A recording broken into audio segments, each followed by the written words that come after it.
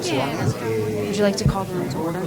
Do I, right? No, you do? Yes, call them. Yes, just have everyone sit down and get the Y luego llegó uno súper inteligente. Cuando ya me iba, me dijo aquí, la conectividad es un símbolo de estatus, no es un tema de seguridad. Yo tengo una que me voy a contar, que un viaje que tenía a Estados Unidos, un advisor de no venir a Estados Unidos, no ir a sitios públicos, no tal, por temas de terrorismo. A Estados Unidos. Sí. So what am I supposed to do? Just introduce yourself. Actually, hello, thank you for coming.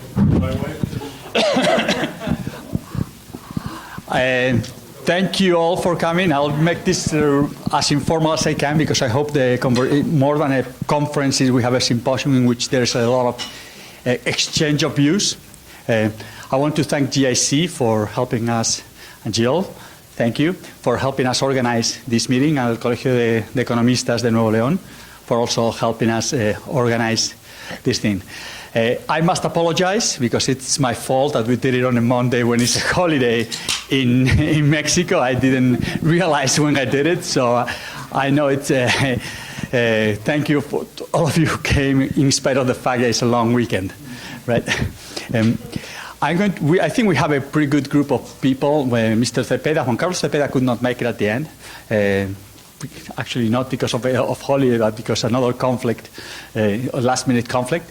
But instead of Mr. Cepeda, we're going to have Mr. Juan Carlos Cepeda is the President Commissioner of the CNH, which is the Comisión Nacional de Hidrocarburos, which is actually in charge of the oil privatization process in Mexico. I thought primarily for people from outside of Mexico, Mexicans probably know all this already, I thought it would have been very nice to see how the process was going and all the intricacies. But since he couldn't make it, we coerced Mr. Michael Drury from McBean Commodities to speak about China and the impact of China and so on. But first of all, let me introduce the speakers. We're going to have two groups. First, we're going to have Mr. Alejandro Werner and Jorge Sicilia. I think that neither of them needs introduction. Alejandro, all you know, is right now the director of the Western Hemisphere at the IMF. And prior to that, he has a very extensive career in Mexico, right? From Undersecretary of Hacienda and Tesoro Público, like at Public Treasury. He has worked at BBVA, ITAM. He's very, very extensive career and one of the close friends and one of the best economists I know. Jorge Sicilia, actually, the story with Jorge goes much longer than that because we've known each other since I began my career as an economist. And we've worked together for quite a while at BBVA. Now he's actually the chief economist for BBVA globally. Prior to that, he was the chief economist at Bancomer for several years, for 7 years, I think it was. So his knowledge of the global economy and obviously Mexico is really, really good. He's the head of, I don't know what is the number of economists in the team, but they have a really good group of economists, and it's very good. He also worked at the ECB for quite a while, so he's not going to be talking today about monetary policy, but his views there are very interesting as well. Please, Alejandro, if you want to lead, then we'll have Jorge speak, and then we'll have a Q&A. And then we'll have coffee break. I'll introduce the next speakers already. The other, so that will be quicker after that. And I forgot about that. The other speakers are Mine Giselle from the Dallas Fed, and Mike Drury. I think two of the hot issues right now, obviously, are oil and China.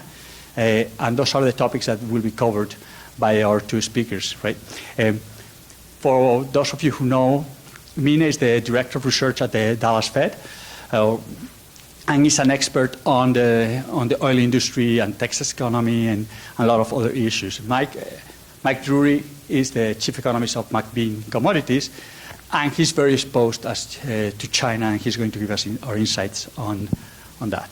So please, Alejandro, whenever you want. You can sit down, you can stand. Okay. Yes.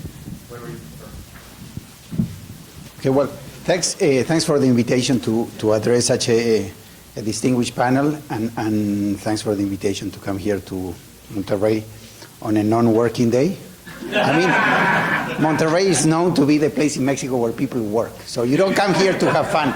You come here to work, and we meet in a non-business day. So that's really what happens in Monterrey. I mean, you don't spend, you work, and that's what we're doing here. So let me, quickly, I have a presentation looking a little bit at how we're seeing at the IMF the economic outlook for Latin America in the next 12 to 24 months.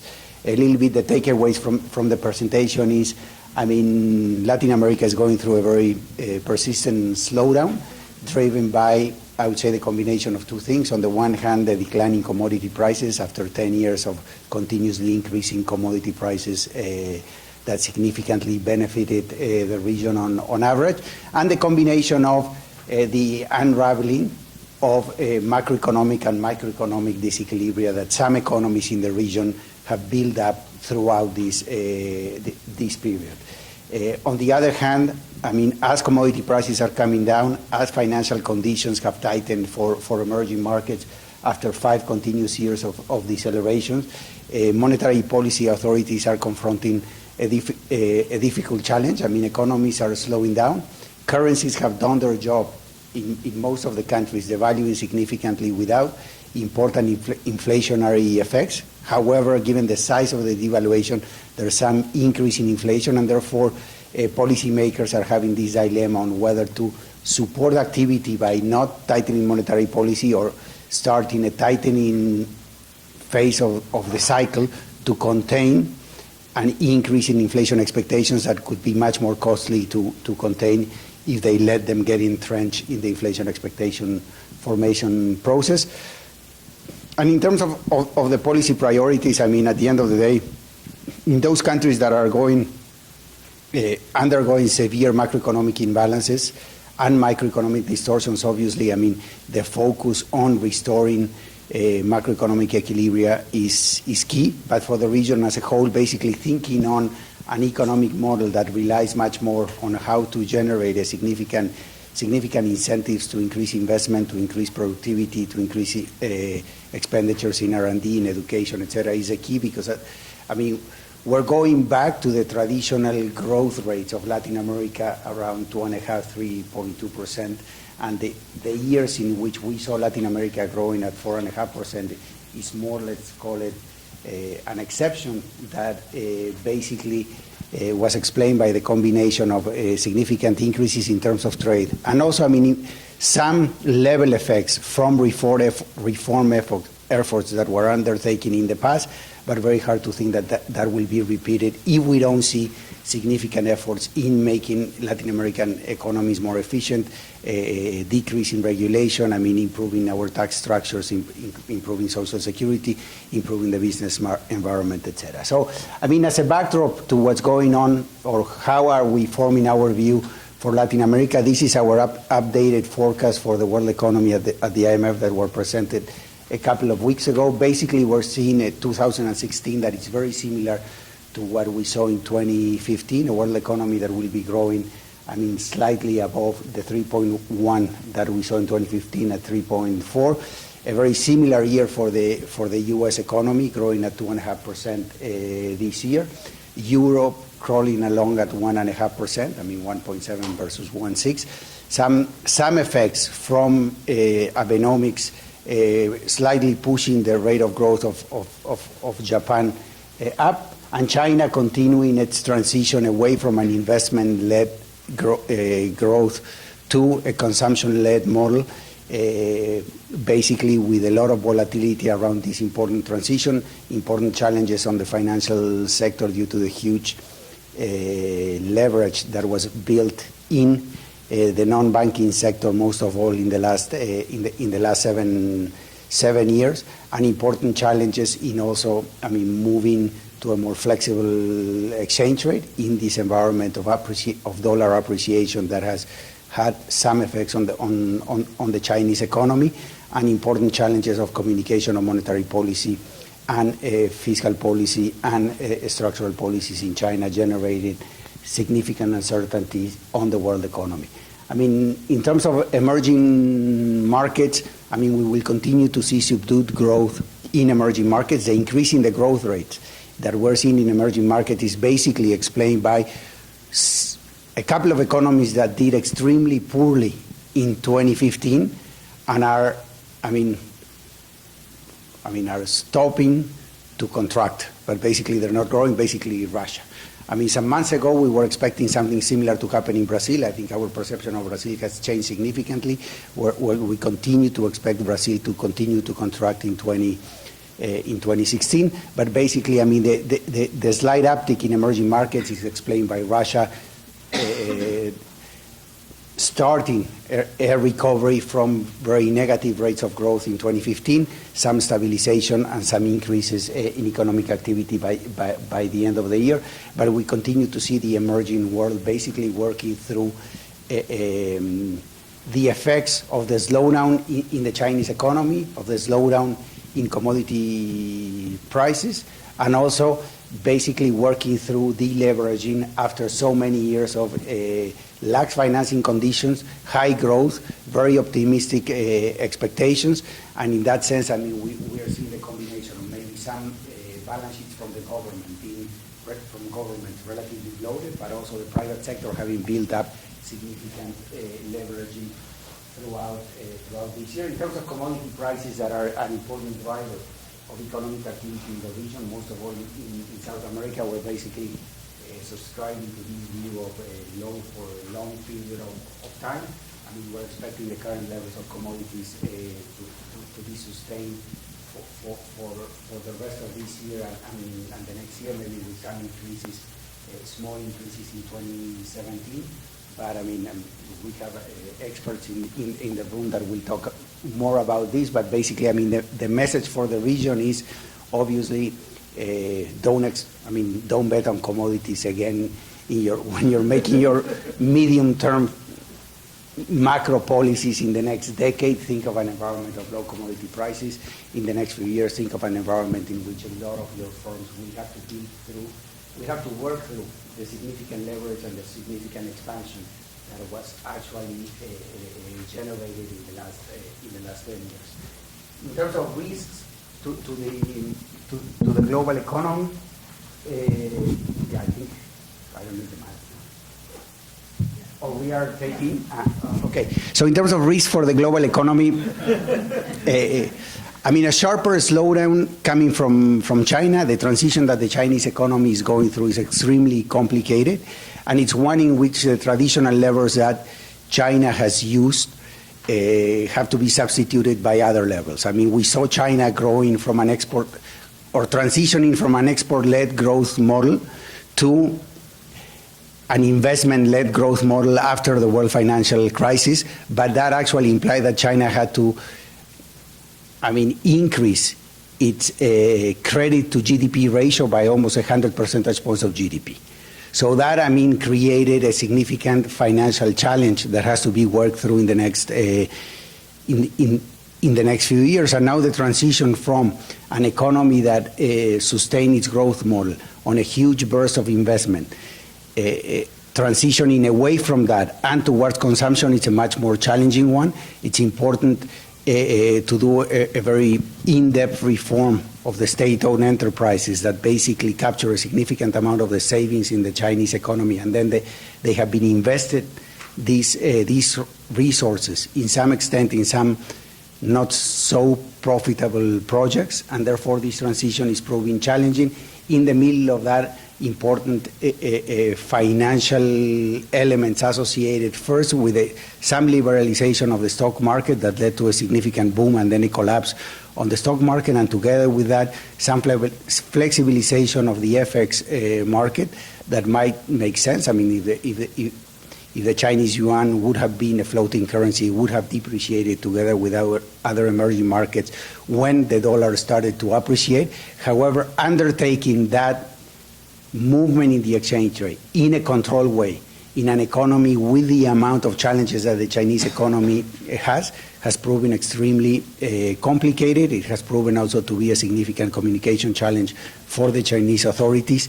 And that's going to be with us for a long time in this transition. So we will be having, significant noise and volatility in this transition. We at the fund think that the Chinese economy, in terms of growth, will be able to accomplish this transition from 7% to 6.5% to 6% without a sudden collapse in growth. However, we do think that this transition will be bumpy, will be will come with a lot of volatility in financial markets and will generate surprises along the way.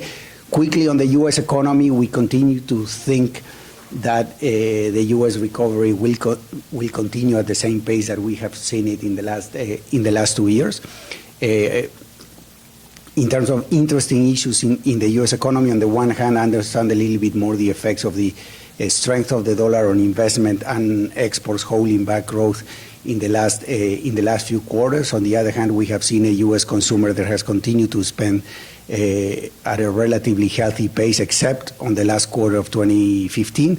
That has triggered some doubts on whether the U.S. economy might be going into a recession. Some economists calling that the probability of recession in the U.S. has increased and that maybe this expansion has run its course. We don't think that this is the case. However, I think there are important issues to focus on the U.S. consumer. The U.S. consumer has been reacting less than what it historically has reacted to increases in disposable income, to the increases in wealth, and obviously to decreases in the price of oil. I mean, when we look at oil, when we look at the drop in the price of oil, I mean, 12 months ago, 15 months ago, we thought that the benefit to the consumer was going to significantly outweigh the negative effects of the decline in the price of oil coming through investment in the oil sector in the U.S., and actually the opposite happened. The effect on investment was much higher than what we expected, and the effect on consumption is nowhere to be seen in the U.S. economy yet. So the traditional important wealth income effect coming from the decline of oil has not materialized in the U.S. economy yet. I mean, obviously, together with the tightening of monetary policy in the U.S. and the continuous action to loosen monetary policy in Japan and in Europe, I mean, the desynchronization of monetary policy in the most advanced economies is generating an environment of significant exchange rate movements and obviously volatility, uncertainty, then generates a wait-and-see attitude and also has the potential to generate important effects on balance sheets of corporate financial institutions and government, and therefore is something that will weigh on uncertainty and growth in 2016. And obviously, I mean, the other day there was this guy that is the CEO of Eurasia at the IMF giving a talk, and I mean, he was mentioning that this is a time in the last, let's say, 10 years that he has seen the highest level of political risk that he can imagine. I mean, on the one hand, you have tensions in the Middle East that we have had them for a long time, but you have tensions in Europe and Russia. You have the refugee crisis generating additional political strains in the European Union. You have, Jorge, maybe can skip Mexico a bit and tell us how Spain is going to form a government.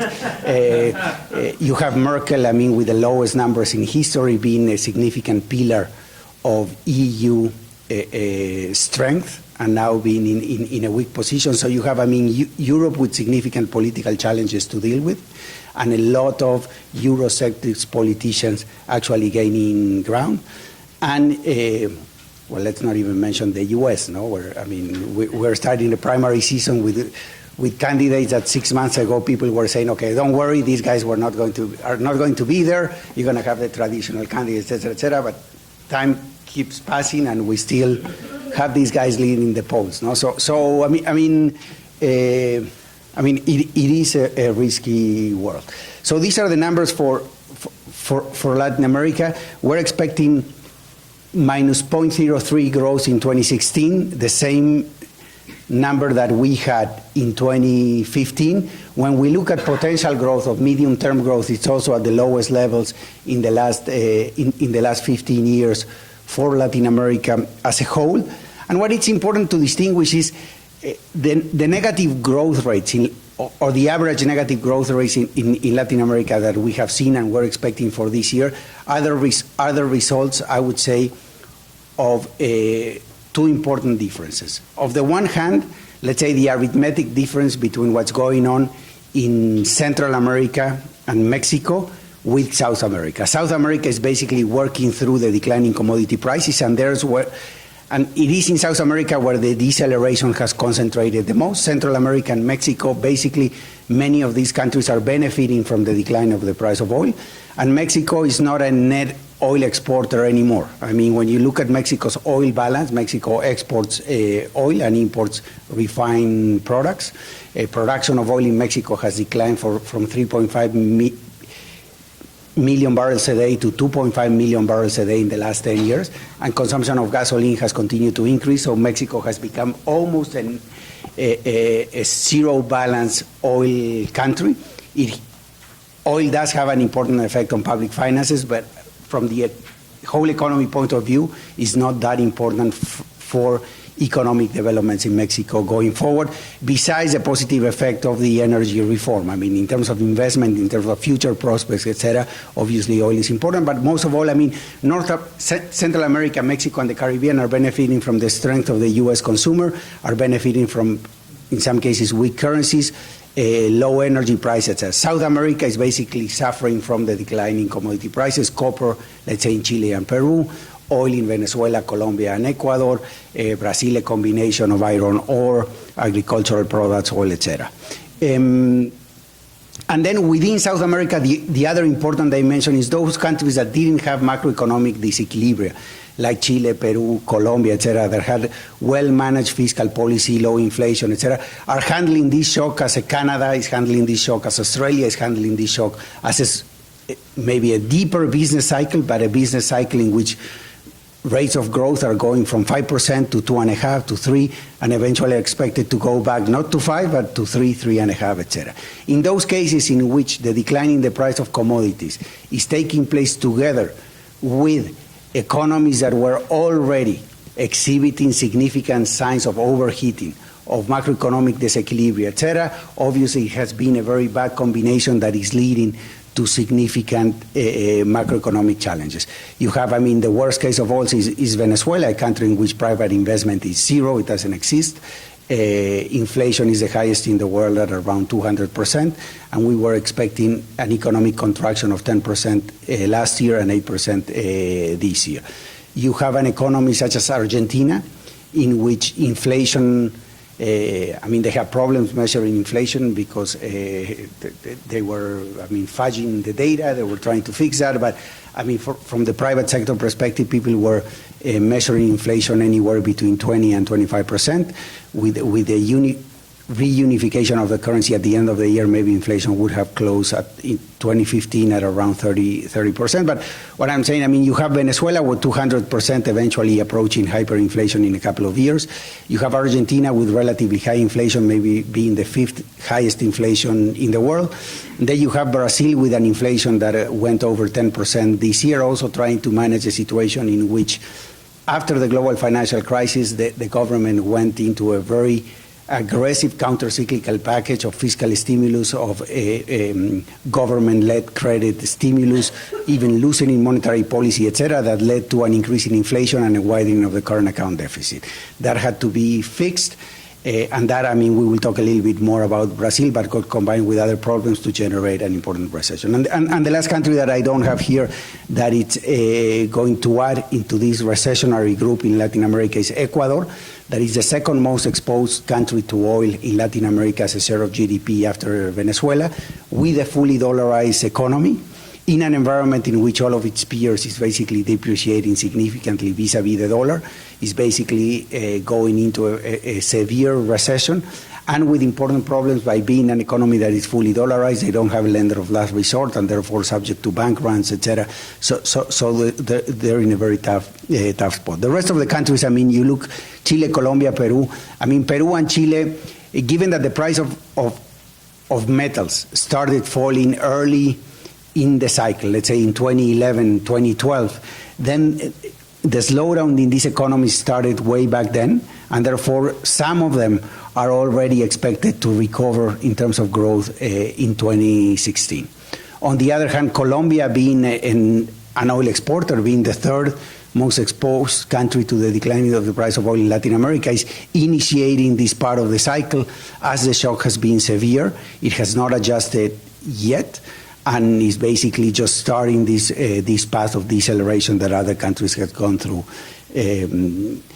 some years ago. I mean, when you look at the numbers, basically this is what I wanted to illustrate. I mean, when you take these 4 countries out, I mean, Latin America is going through a deceleration. This deceleration is concentrated in South America, but countries that have a healthy macroeconomy and relatively good market systems are, I mean, crawling along healthily along this commodity prices-led business cycle. And obviously, Central America and Mexico and the Caribbean are doing okay. Many of these countries benefiting from the decline in the price of oil. I mean, when we look at which are the countries that have really suffered from the decline in commodity prices, I mean, obviously we had Venezuela with a 50% decline in its terms of trade, even more if you extend it to 2016. The same happens to Colombia. Chile and Peru have suffered importantly from the decline in the price of copper, silver, etc., but they have benefited from the decline in the price in the price of oil. In the case of Mexico, as I told you, I mean, you have a significant gross commodity export decline in the terms of trade, but when you look at net commodity exports, the effect is much smaller. Then when we look at how the adjustment in the current account deficit has progressed under the significant decline in exports of commodities, basically Chile is a country that has, I mean, basically significantly adjusted to the new conditions. I mean, the shock in the Chilean economy started much earlier. The current account deficit that was around 5% of GDP closed down significantly by 2014. And basically, it's an economy that from an external balance point of view, they have solved whatever vulnerability they had. Peru, I mean, has stabilized its current account deficit, but we have not seen an adjustment. And I think on the oil exporters is where we see that still, I mean, in the case of Colombia, the current account deficit, I mean, is showing the first signs of the decline in the price of oil. So you have, I mean, exports falling down, and we still do not see a significant retrenchment in imports or an increase in non-oil exports to compensate for this drop. Something similar, but at different levels, is happening in Mexico. And now I would say Argentina and Uruguay are throttling along without a problem. And in the case of Brazil, we're seeing an important correction in the current account deficit, basically associated to the deep recession the economy is going through. For the region as a whole, in an environment in which finance is becoming more expensive and terms are significantly strengthening for these countries, we think the current account balance still has a way to adjust, and this will continue to put some pressures on growth in Latin American economies.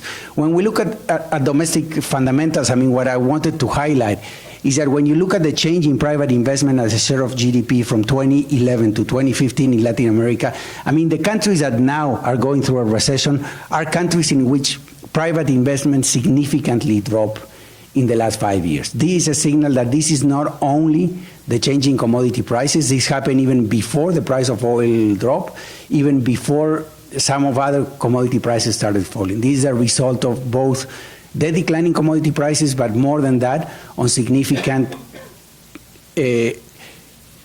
mismanagement, both on macro and microeconomic policies. You see, for example, the case of Colombia, a country in which private investment continued to increase throughout this process. And that's exactly what we see. I mean, how in the region, I mean, the rate of growth of investment has collapsed from double-digit rates in 2010 to negative rates today. Almost, I mean, this is an average being led a lot by Brazil, where investment is collapsing, but almost every country basically has very low rates of growth of investment, many of them having negative rates of growth of investment, and consumption is also significantly decelerating in Latin America following the deceleration in growth.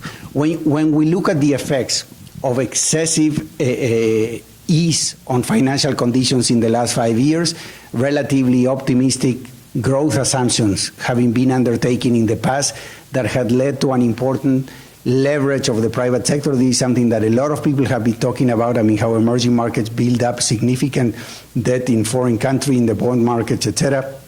It's just important to have at least a rough sense of the orders of magnitude for Latin America. I mean, Latin America has basically piled up around $500 billion in debt in the last several years. When you split this between local currency and foreign currency, three-quarters of that is foreign currency debt. and 1/4 is local currency debt, of which 33% of that debt is basically on the energy sector, 20% is in materials, 15% in consumers, utilities 8.5%, other non-financials 14%. What's important to highlight is, all of the energy firms are basically quasi-sovereigns. So in a sense, it's as much a public finance issue as a corporate issue.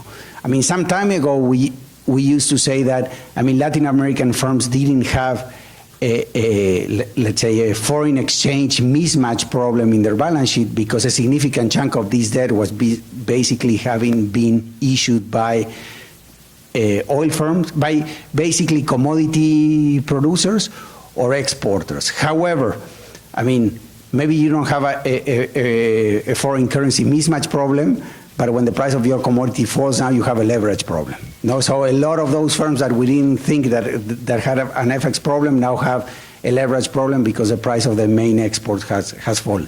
Secondly, a lot of these firms, or some of these firms, use this leverage to expand within the region. Maybe a lot of those expansions made sense 5 years ago, but in a region that is basically growing a little bit less than before, maybe some of those expansions are a little bit more questionable now. So, bottom line in terms of our view, in terms of corporate leverage, we still don't think this is a systemic problem for the region. However, we do think that it's an issue that will require significant work through the balance sheets of a lot of firms, and this will be a drag on the recovery of investment in the next few years. You have the major corporates in the region having leverage issues to be worked through in the next few years in an environment of low growth, tightening financial conditions, depreciated currencies, and increasing interest rates. So it will be a tough environment. However, when you compare these numbers with the amount of foreign reserves that central banks have, still, these countries are relatively well prepared to handle these issues. If you look in the case of Brazil, for example, you have $230 billion in debt. You have, the Brazilian central bank holding $370 billion in foreign currency reserves. In the case of Mexico, you have, $200 billion debt by the major corporates. You have the Central Bank of Mexico holding $150 billion plus a contingent credit line by the IMF of $75 billion. So, and also, it's important to add that, we're concerned about this leverage, but a lot of this leverage was basically used to refinance higher yielding debt that these companies got in the past. Also, these companies use this debt to significantly lengthen maturity. So, the maturity structure has improved a lot, and therefore, when you look at amortizations in the next 2 years are relatively low. So, these corporates and these countries have time to work through these issues. However, there will be issues in which we will see, significant balance sheet management by corporates in Latin America in the next few years, and this is a little bit what a reflection of these problems. When you look at leverage ratios in each of these countries, all of them have been going up. Also, when you look through sectors, and the key sector in which in the last few weeks there has been a concentration of concerns by financial markets is basically this segment of quasi-sovereigns in the energy sector. So when you look at Ecopetrol, you look at Petrobras, you look at Pemex, and you look at some of the energy firms, there has been a significant widening of the spreads of their debt. When you look at the spread between Pemex and UMS, there has been a significant increase. The same is true in Petrobras, etc. Basically, investor questioning two things. Questioning, on the one hand, the solvency of the firms. On the second hand, whatever implicit or explicit guarantee this debt had. There was something that actually lent significant support to this credit in the past. People didn't. It's funny that people are concerned about Pemex's balance sheet. This is a company that has had negative equity for as long as I can remember. Maybe 7-8 years. So nobody cared about Pemex having negative equity in the past. Everybody thought that the government, the implicit government guarantee was going to sustain the credit. I mean, obviously now the negative equity is much larger. I mean, the decline in the price of oil has made Pemex problems much deeper, but, and therefore people started questioning the strength of that sovereign guarantee. Similar things are happening with Petrobras, with Ecopetrol, etc., that are more complicated than Pemex, in the extent that these are companies in which you also have private sector equity holders. These are companies that have issued stocks in the private market, so you have let's say, a more modern state-owned enterprise, but with complications in terms of minority shareholders, et cetera, and a majority shareholder then can generate, significant problems of dilution, et cetera, on minorities. In terms of when we look at fiscal space, how much space do governments have to smooth out this adjustment to lower growth rates in Latin America? I think what we want to highlight is that the primary balance that almost all of these economies used to have before the global financial crisis was used first in a counter-cyclical effort to contain the effects of the global financial crisis, but then these countries never went back to the primary surplus that they had before. In some studies that we have done, even when output gaps were closed, none of these economies went back to the primary balance that they had before, and the result has been a buildup of debt in almost all of these countries. The only countries in which during the last 6-7 years debt to GDP ratios have gone down are Peru and Uruguay. The rest of them increased to different degrees the amount of public debt they had. In terms of monetary policy, the challenges that we're seeing are the ones that I mentioned in the introduction.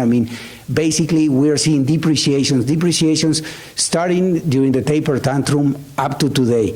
In all these countries are measuring on the right-hand axis by the green dot. So basically you have the case of Brazil with 100% nominal depreciation, the case of Colombia with at almost 80% nominal depreciation, Chile with almost 60, Mexico 40-something, and Peru 30-something. So all these depreciations, what it's important to highlight is that they have not created a significant increase in inflation. Inflation, in all these countries, in Brazil it's at 10%, in Colombia it's at 6%. They're outside their range, but they're not, they're not reflecting a very high pass-through. However, as inflation expectations for 2016 have increased, as highlighted by the red arrows, central banks are in this situation in which, after not reacting to the depreciation of the currency, letting, let's say, the more advanced economy traditional reaction to a depreciation and a slowdown take place, now they're starting to get a little bit concerned that this increase in inflation expectations might get entrenched into long-term inflation expectations, and therefore they have been driven to act due to this effect. However, weighing the depreciation of the currency and the increase in interest rates, we still think that monetary conditions in Latin America are relatively loose and supportive of recovery.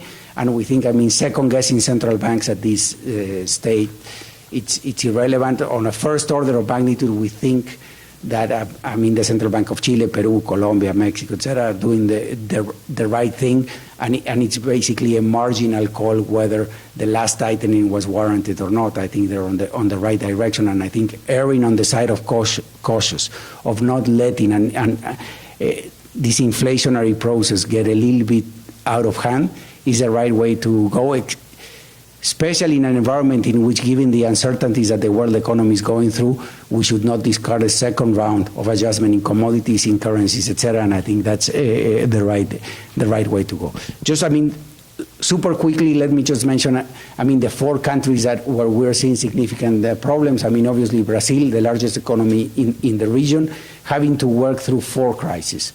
One, it's a macroeconomic imbalances problem. A significant adjustment needed in public finance, a very high level of debt to GDP reaching 70% for public debt, inflation going to 10%, and therefore the need to have a fiscal consolidation program together with reinforcing their inflation targeting mandate by increasing rates and tightening monetary policy.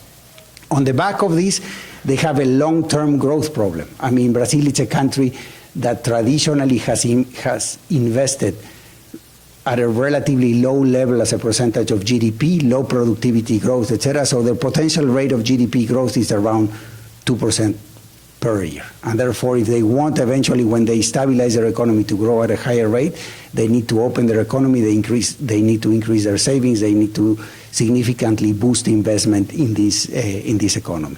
And then the last two crises is a huge political crisis, a president that has an approval rating of 7%, a significantly fragmented government with, I mean, more than 10 parties in government, a huge dispersion of representation in Congress that does not allow the government to move ahead in its plans. And on top of that, I mean, obviously, an issue that it's good from the medium and long-term perspective, that is the corruption probes going on in Petrobras, that obviously institutionally, hopefully, will change the way to do business in state-owned enterprises in this country. However, in the short run, first, it's affecting the largest company in the country that undertakes almost 20% of all the investment in the country, and it's affecting almost all of the suppliers in Petrobras. So on top of the oil shock, they have a significant problem in the oil company, and on top of that, they have a significant liquidity shock on all the suppliers chain on Petrobras that cannot access credit because the credit is significantly affected by the presumption of corruption problems that these firms are under. So obviously, under this whole environment, investment in the Brazilian economy has collapsed. Unemployment is approaching two-digit levels. Inflation has gone above 10%. And given that the combination of the corruption probe and the political crisis does not allow the political system to tackle their economic problems, it's hard to say when the Brazilian economy will stop contracting, because there's no movement on economic policies. I mean, there's a paralysis in government because the political system cannot. They're all basically discussing, I mean, the Petrobras probe and the political situation with the president, I mean, with two impeachment accusations for the president. I mean, basically the political system is concerned with these political issues, and until these political issues are not solved, very hard to see when the economics are going to improve. I mean, very quickly, Argentina, the previous government ramped up expenditures significantly. It significantly distorted the economy with huge controls both on the capital and the current account and on relative prices in the economy. This led to a significant increase in inflation, as I mentioned before, and an important decline in reserves, as you can see on the chart on the right. That also led to the establishment of a dual currency system. The new government that came in December moved relatively fast in basically liberalizing a significant amount of the FX restrictions and moving towards unification of the currency regime. They have announced a gradual fiscal consolidation program for the next 5 years and a movement towards inflation targeting on the monetary side. A significant explanation for the fiscal deficit is the very large electricity subsidies that they have. They have also announced, and yesterday they moved significantly to liberalize and to remove electricity subsidies. So the government is moving in the direction of generating fiscal sustainability, monetary stabilization, and a significant realignment of relative prices, but it's a very difficult situation in an environment also to access financial market. They still need to solve this problem with the holdouts. There are these investors that did not go into the restructuring agreement in the 2000s and basically have a favorable sentence from a U.S. judge that does not allow Argentina to go openly to the markets until they end up solving this problem with these investors. So a very tough situation, but with a significant positive change in terms of economic policies. We're still expecting that this transition is going to generate negative growth in 2016, but hopefully by the end of the year, the economy will be growing on the back on the realignment of relative prices and on the back of positive expectations regarding a much more market-friendly business environment affecting investment. I mean, as I said, I mean, the situation in Ecuador very, very, very tough. I mean, with the decline in oil exports in a dollarized economy, and an economy that basically assumed that the increase in the price of oil was permanent.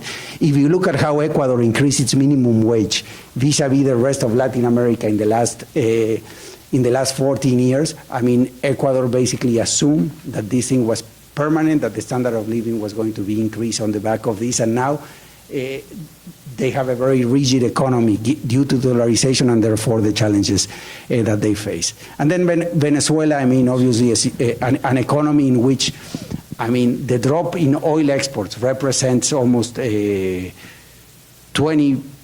of GDP in an economy that was already not growing and that already had three-digit inflation. That has generated and doesn't have any access to the international capital market. So that generated a significant contraction in domestic absorption that is basically leading to the largest contraction in world output in the world, and the same thing we're expecting for 2016. On the back of that, the government lost its majority in Congress, and now there's a very tense political situation, and obviously the unraveling or the way these political tensions eventually materialize will be a very important piece of information to understand how eventually Venezuela can start to fix their significant economic problems, where the fiscal deficit it's around 20% of GDP, and as I said before, inflation is approaching the four-digit mark in a couple of years.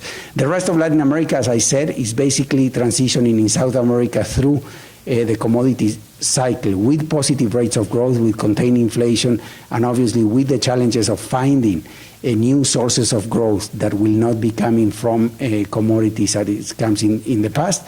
In the case of Central America, benefiting a lot from the decline in the price of oil. Some of these economies have an import oil bill of 7% of GDP, 8% of GDP, so the savings are very, very large, and that is gradually feeding into obviously very low inflation and eventually investment and growth. The case of Mexico, very tied to the U.S., picking up on the back of a U.S. consumer, and also eventually with the gradual positive effects of structural reforms in the energy and in the telecommunication sector, and also benefiting from a relatively weak currency and extremely low prices of natural gas that feed into an economy that is basically a manufacturing exporting country. All of that generated a positive backdrop for the Mexican economy, in which we expect a relatively gradual acceleration from the 2.5% rates of growth that we saw in 2015 towards 3% in 2017. Thanks.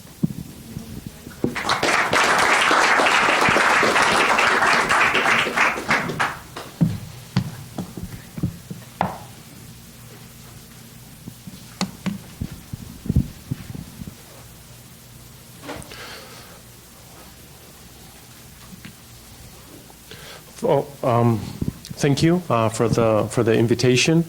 I'm going to focus on Mexico, and to do so, I'm going to start talking a little bit about everything that has happened in Mexico over the past 10 or 20 years very quickly. So in a sense, going through the strengths and weaknesses that have been built over the past 20 years, and then I'll start talking about what is the situation now. I will only touch upon Mexico. If you have questions about Spain, I can answer them tomorrow or today, as long as Alejandro answers the questions on Mexico, which he can perfectly do. He was a main actor in this process, and he worked at the Banxico and the Ministry of Finance for many years. So this is kind of Mexico since the 1980s, right? So you have had a country in which you have had several crises. Many countries have gone through crises before in Latin America, but you have a huge debt crisis in the 1980s, the oil crisis in the mid-1980s, the tequila crisis in 1994, the one that you're probably more aware of. And probably that was a period in which Mexico learned how to implement reforms because they needed those reforms in order to face the consequences of those crises. And then you had a period, of course, it was impacted in the early 2000s in the short recession in the telecom sectors and others, and then the Lehman crisis came and then Mexico recovered again. But there, throughout that period, you have 1986, Mexico joining GATT. You had the central bank autonomy in the early 1990s. You had NAFTA in basically there. You have a system of flexible exchange rate going through in 1994. A political important change when the PRI lost power, first in the lower house majority and then in the presidency. And then eventually you had a long period in which there were basically no important reforms. So between 1995 and 2005, it was a long process in which there was a cleaning up in the banking sector. You had some things that had to be worked through the economy, but overall you didn't have major things in that period until a few years ago we had a set of structural reforms in the telecom sector, the labor, financial, antitrust, education. And I'm kind of provocatively going to the short term at the end, but this is one of the few countries where now you have a situation in which the US dollar, there's no fear of floating, and the Mexican peso is at an all-time high, and at the same time inflation is at an all-time low. And that is a consequence in part of the same things that has occurred to other Latin American countries, and is that the pass-through is not very strong, although the depreciation has been quite significant.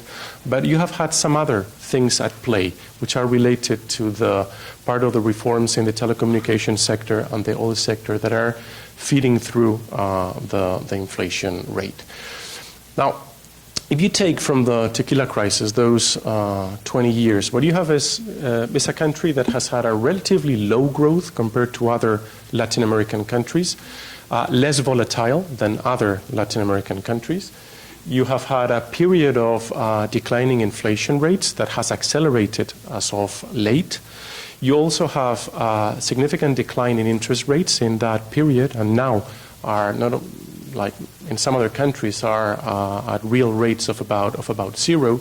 And in that process, you have been able also to beef up the situation of public finances. The duration of government debt, which was at around 1 year in 1995, is now at 8.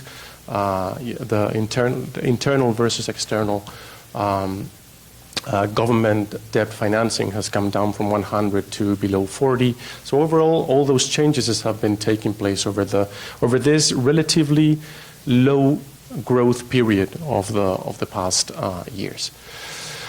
Now, beyond all that macroeconomic stability that you can see in many countries that have gone through crises and done their reforms, those Pacific Alliance countries, in a sense, in Latin America, Mexico has some other strengths that make it, as you know, different from other countries in the region. It is very integrated with the U.S. economy, as you know. And it's structurally integrated with the U.S. economy. That means that it suffers when the manufacturing sector in the U.S. suffers, and it benefits when the manufacturing sector benefits. I think it's a strength, although some might say that it's a weakness, but there is a significant share of exports by destination. There is a high concentration on exports to the U.S., explained by these value-added chains that are working in the region. The export structure is not very much reliant. I mean, it relies on manufacturing, not on commodity prices, and you can see that as a share of total exports since the 1980 to 2014. So basically, everything is non-petroleum exports, and most, of course, of those exports are related to manufacturing. Which was not very good when China got into business 10 years ago, but it is playing out. It recovered part of the market that it had in the U.S. that was taken away by China, and now it's at levels similar to what was the case before China got into the global business. Now, it's a very open economy, of course, and it has lots of trade agreements signed with many countries. This is kind of common in the Pacific Alliance. You have a set of countries that have lots of trade agreements. They don't exploit them well, so it's not as if they export to many of those countries, but in a sense, Mexico is one of the, Chile as well, but in terms of commodities, but Mexico is very open economy with a strong concentration on manufacturing on vehicles. And this is a major change of the structure of production from just commodity-based to low value-added, a little bit more value-added, increasing. And as of late, I think I brought it here. No, I didn't. But over the past 4 or 5 years, it has gone through exports related to the aerospace, how do you say it in English? Aeroespacial, the aerospace sector, right? So although it's relatively low in terms of export, around 2% of total export, it has grown at rates of over 19, 20% over the past 5 years. So it is gradually going up the ladder of value added. And thinking about the future, it is very likely that being very integrated in this value chains with the US, and if the appreciation of the exchange rate of the dollar continues hurting the manufacturing sector in the US, probably a way out will be to increasing the share of what they produce in these chains. So I would say that this is a strength. Now, after the crisis in 1994, the financial system changed dramatically, and the combination of a supervisor that has been very focused on that after a dramatic crisis, and the fact that the penetration of credit to GDP is relatively low compared to other countries overall, it's very difficult to find significant vulnerabilities in the banking sector. So that is something that is also going well. Now, in terms of weaknesses, what happens in Mexico is total factor productivity. It is very low. It is non-existent. These things, as you know, are very difficult to measure, but it's very difficult to find productivity being a driver of growth after the 1980s. So you have a combination of capital and labor, but nothing related to productivity. And although, of course, GDP per capita has been increasing, the GDP per capita as a share of the US GDP per capita has been stable over the past 15 years. So there has been no significant catching up process, even in a country that is not commodity related. So this is kind of something that needs to improve in the future. Of course, not unrelated to this low productivity, you have a large informal sector. I didn't bring comparisons to other Latin American countries. This is a malaise in the region, so it happens wherever you look. But informality is important, and the combination of not so strong legal environment and the informal economy basically is weighing down on the ability to increase productivity, as you see here in terms of the relation between informal economy and capital and productivity in a set of countries.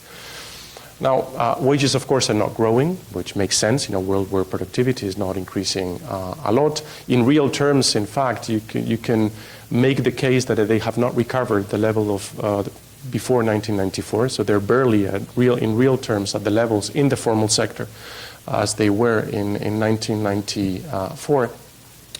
And they have been barely stable over the past 5 years. Since 2008, I mean, they declined dramatically, they increased, and then they have stabilized over the past 6, 7, 8 years, since 2008. And then it's an economy that is where inequality is relatively high, and well, I didn't bring comparisons with other Latin American countries, but this is something that is common to the region and happens as well, is very related to informality. Although there is nothing that should alarm us here in terms of public sector balance, and you saw the comparisons in Alejandro's presentation.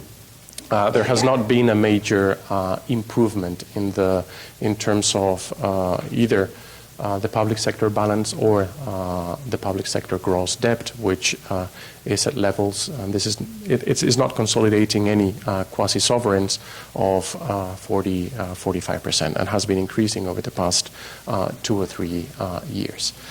Now, one thing that you probably have heard and is very much in the data is that Mexico is lots of Mexicos at the same time. And you have very different, it works very different here in Nuevo León than when you go to Chiapas or to Oaxaca or to the DF.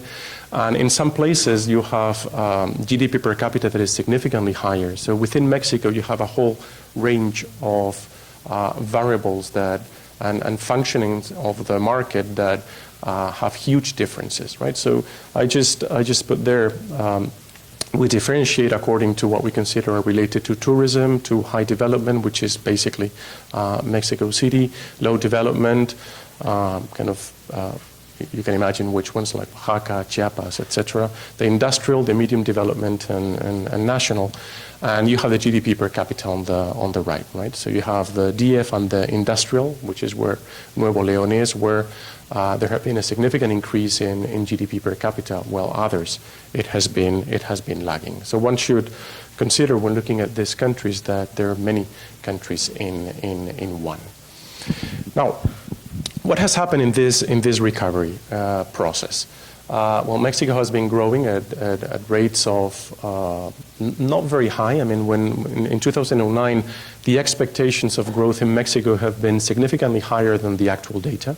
So they have surprised to the downside. It hasn't managed to grow over 2.5%, and it's going to be hard to grow over 2.5% also in 2016. But interestingly enough, this has been very much related to the slow recovery of the industrial sector in the US and not so much on consumption. So the ability to create formal employment, which has been quite impressive for a country such as Mexico, is basically what is behind the growth rate of 2.5%. Now, if you count that there will be a change in the manufacturing sector in the U.S., probably you're going to get a further kick in the U.S. As we expect, this is not going to be a major thing in 2016 in the U.S. It's going to weigh negatively in Mexico. Now, so it has been growing at 1.3, 2.3, 2.5, so nothing fancy, but nothing that should be severely damaged by what is happening now with oil prices, unless we have significant impact of what is happening now in the global economy. But basically what we're now is in a process, and I have some slides here to explain it, where and you have the dark blues are the countries in which there's more pressure financially. This is a financial stress index that we built, and as you can see, they're basically focused on commodity countries. So you have in Latin America, you have mainly Brazil, you have Colombia, in emerging Europe you have Russia, etc. So you have a trend in which financial tensions are increasing much more in the countries that are related to commodity prices. Flows are going out, and are going out now at rates that are similar to the ones that we saw in the tapering, and to some extent even sharper than in the initial periods of the Lehman Brothers bankruptcy. And in fact, there's no significant difference in what we see.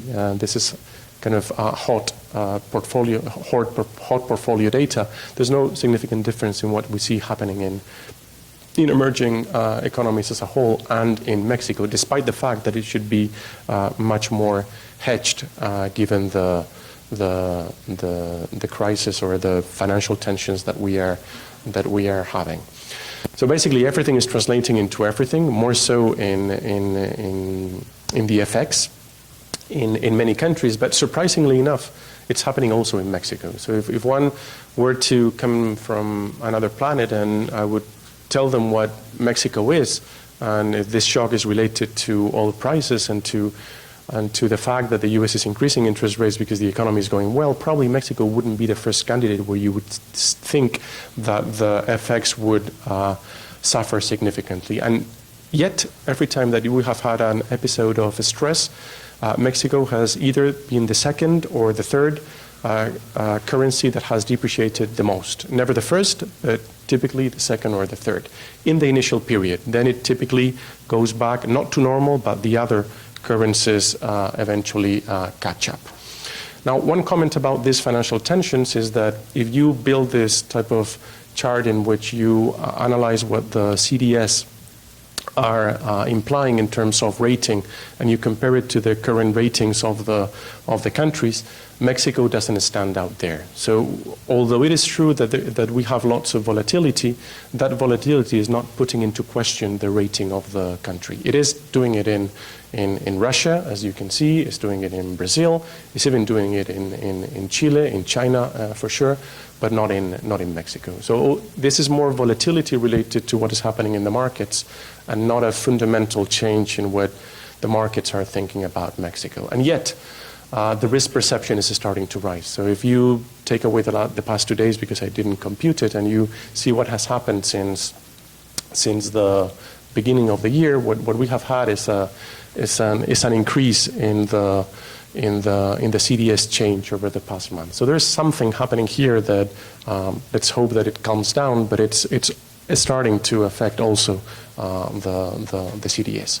Now, very little impact on interest rates also since the start of the year. And when you see the data that the Banco de Mexico compiles on foreigners in the market, they continue to be there. So there has not been a significant outflow in this government bond market. And yet, as I said, the depreciation of the currency has been significantly higher than the ones in oil exporting countries. So probably related to the liquidity, to the hedging processes in Mexico, but still what we are seeing is a depreciation that is taking Mexico too far away from fundamentals. It's not that fundamentals matter a lot when you have a market move like this, but eventually, as I said, I would have expected a relatively calmer reaction in Mexico. Now, if not only for inflation, look at the right. This is very similar to a chart that Alejandro placed before, but see what you have is the current inflation and the forecast at December 2006, and Mexico is the only country where, among the big countries in Latin America, where inflation is within range, and the expectations of inflation are within range already, while the others are in processes in which you expect inflation to come down, but eventually it hasn't happened yet, and well. Just applying this for values, Mexico is probably the country in which we see that, surprisingly enough, is farther away from definition of fair value. Now, probably, and if you buy with me now the idea that the threat of risk scenarios going forward in this new world are more related to what happens to China and what might be happening with the oil price, and what is the second derivative effects of significant depreciation of the currency or a significant decline in oil prices that might bring problems for some quasi-sovereigns, which is what the market seems to be expecting in terms of where the pressure is now relating to countries that are oil exporters, or the data on the oil companies that Alejandro placed before. It seems to be the case that at least the attention or the high volatility in the market is related to those countries. Now, the direct impact of China's slowdown on Mexico is basically nil. Now, the indirect can be significant, but China means nothing for Mexico in terms of either exporting or foreign direct investment. Indirectly, of course, it is another story, and that affects everyone, but directly, very little. And then the next question that you have to ask yourselves, I guess, is to what extent Mexico is very dependent on oil? Because, of course, oil prices have been declining. Oil production in Mexico has been declining dramatically. But see, the oil trade balance is negative because there's a significant import of gasoline. So it's not something that, on that count, matters a lot. In the countries that are, in terms of current account balance, there's basically nothing to be seen there. Now, in terms of fiscal balance, this is basically the main problem or issue that you have to be aware of when you think about the oil dependency of Mexico. If you go back to 2011, you had as a share of total revenues, which are low, 22% of GDP, those are fiscal revenues, around 8% were related to direct tax oil revenues. But these have been coming down already, right? Because the decline of production and the decline of prices have been occurring over the past 4 years, and now they stand at levels of slightly over 4%. So it matters, but it's not such a huge issue, even if you consider the Pemex oil revenues. Still, when the market gets rough, people start looking at vulnerabilities, right? And when you kind of look at those charts of vulnerabilities, certainly Latin America typically shows up on macro, on fiscal, on a bit on external, compared at least to emerging Asia. If you do the same chart with Mexico, you compare it, for example, with Brazil, there are some issues, but they're not issues that are all that relevant in terms of advancing a crisis whatsoever. This is just vulnerability things. And if you kind of go down to other type of vulnerabilities, corporate vulnerabilities, banking sector vulnerabilities, if you bear with me, the idea is that when you have a problem and that is transmitted via either a big corporate or the financial sector, things get worse. Mexico stands out in a relative terms very well, right? And this is more than this chart. If you picture all the emerging countries and in relative terms you assess the corporate vulnerability and the banking sector vulnerability, and you condition that probability to the situation of the country, so you kind of build conditional probabilities assuming all the potential links in the chain. Mexico is a country that is basically in green compared to any other big emerging country that we have looked at. And in this issue of the indebtedness in dollars, what you see is that, and sorry, this is in Spanish, but typically everything is, or most of the amortizations of the loans are beyond the second year. So they're relatively okay placed. And when you see, and this is public information, all this, of course, when you see the past due loans of corporate in foreign currency and local currency, they still look very, very well. So you're not seeing anything in Mexico that would think that it's a vulnerable country, but still, the movement has been huge.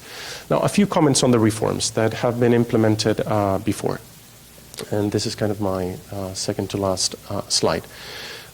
It's more than just improving the way the petroleum market and the petroleum drilling is conducted. This has drawn lots of attention. It is a good reform. It has been a very good reform, and it will eventually pay off. Of course, you're not going to see the significant impact in terms of investment now, because you have had this decline in the oil prices, but at the same time we have had some other reforms that make sense. One, the telecommunications and competition reforms. There have been new entrants in the market. They have raised the bar about the foreign ownership of this type of companies to 100%, and you're having lots of competition now. If you check what has happened in inflation over the past 2 or 3 years, this is one of the major explanations of why inflation has been low, and this is not a one-off effect. This is likely to continue going forward. The energy reform is a lot about petroleum, but it's also about using gas in the electrical bill. So the electrical bills for companies in Mexico have come down around 30%, not in households, but yes, in firms. So this is having already an impact. And there is lots of efforts going on in just getting plugged to gas in this electrical grid in order to bring down costs for companies, which has been one of the major issues when you ask companies in Mexico what was their main concern in terms of costs. In addition to labor, the second one or the first one was always the energy costs. They have done something on education. I mean, it's not dramatic, but considering how the situation was, I think it has been very important in terms of kind of breaking the process by which Mexico was a country in the OECD that basically spent the same in terms of GDP as any other country, but the outcome of that money was horrendous, right? So the system was not very good. They're starting with the basics, but it's something that might start making a difference in the future. Now, what is missing? All these issues of inclusive institutions, the rule of law, all those type of things, they still need to continue improving in the future. And yet, when you look at what has been the ease of doing business in Mexico, that is, as you know, compiled by the World Bank, one knows the limitations of using this data. I'm not going to be an advocate of this, but it's interesting that over the past 2 years, for Mexico, the ease of doing business has been increasing, and now the distance to the frontier is at 70% in only 2 years. And most of that is related to the reforms that were implemented. And in fact, if you compare it with other countries, Mexico is now at levels similar to the ones that you see in Chile and in Colombia. So something is changing, something is starting to appear in the data, not only in inflation, but also in this doing business indicators. And overall, although when you have a hit in the financial markets, there's very few places where you can hide. I think that Mexico, when you look at the countries, it has a relatively solid framework, significantly solid for macroeconomic stability. It is starting to have a better framework in terms of competition and in terms of reducing costs for firms, in terms of electrical bills and the situation of employment, with a bit of the labor market reform that I didn't talk about so much. But it's true that growth has been poor. So the thing that Mexico still has to prove is that it can increase productivity in the future. And whenever we start seeing this, we'll probably be, all of us, more comfortable with Mexico being able to stand with rates of growth that should be higher than 2.5%, which is probably now the maximum they can aspire in the next few years. And other reforms are needed, rule of law. But overall, when you look at Mexico, you start to see now some positive news similar to the ones that you observed in the 1990s. The impact was not immediate, but eventually it showed in the performance of the country. I would leave it here.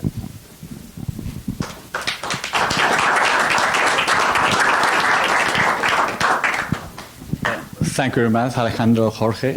So I will ask you both, if you don't mind, we'll sit behind these things and we'll open it up for questions, comments.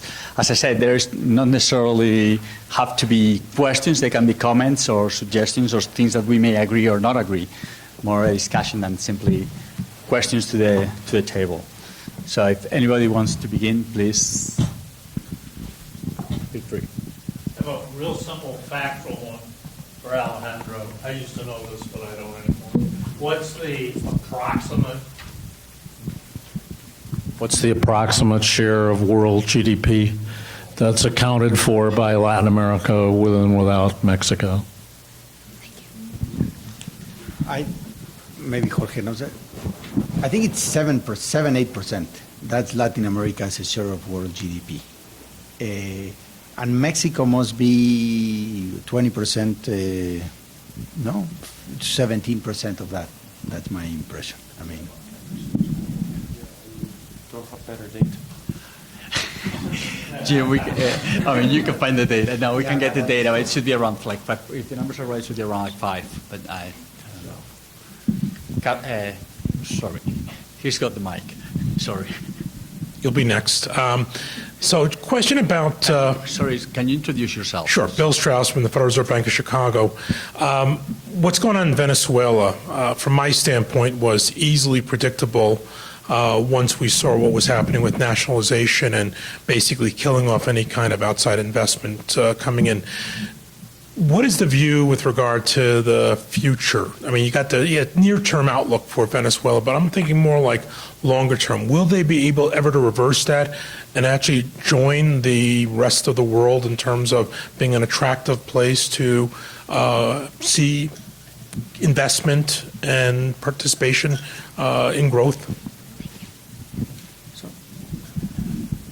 Well, I think nobody's perceived the degree of deterioration that this economy was going to go through, in the sense that, I mean, the previous leader implemented a completely dysfunctional and distortive economic model, but he had the political capacity to maintain the country, well, not together, but to maintain a majority and adjust when times where things were going completely out of whack. And I think since Chavez's death, what we have seen is, at least, I mean, in those dimensions in which Chavez had a significant ability, the current leaders have not even delivered on that. So in a sense, I mean, we haven't seen any adjustment. I mean, Chavez used to adjust, eventually devalued, I mean, unify the currencies, and then they went back again, etc.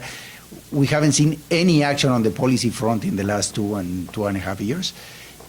And then the external environment has become much worse. And I think in terms of the politics, I mean, the lack of leadership is very, very clear. So you're reaching a point in which, I mean, they lost a congressional election, and I think even the traditional sectors that politically supported Chavismo, I mean, they're losing a significant part of that support.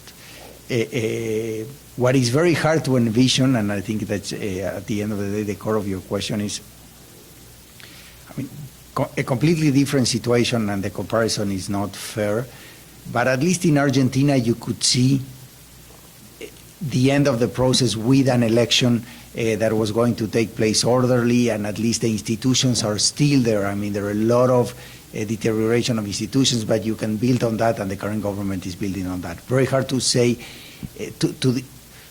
I mean, there are scenarios in which you can describe peaceful transitions in Venezuela, but there's also, I mean, given the significant increase of organized crime that it's also taking hold there, etc., very hard to envision that a lot of these groups will cede their power and their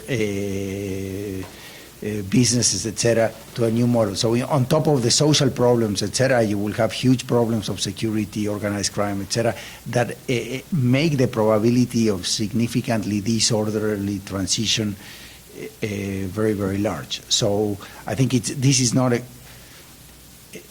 it's not that we all know how to fix this problem. It's very complicated. But I think it's easier to sit down and agree on an economic program than to forge the political consensus to transition to something that can actually implement this program. And I think there the probability of things becoming even worse before they become better, I think is very large. It's large, I mean. Jorge, you want to add something to that?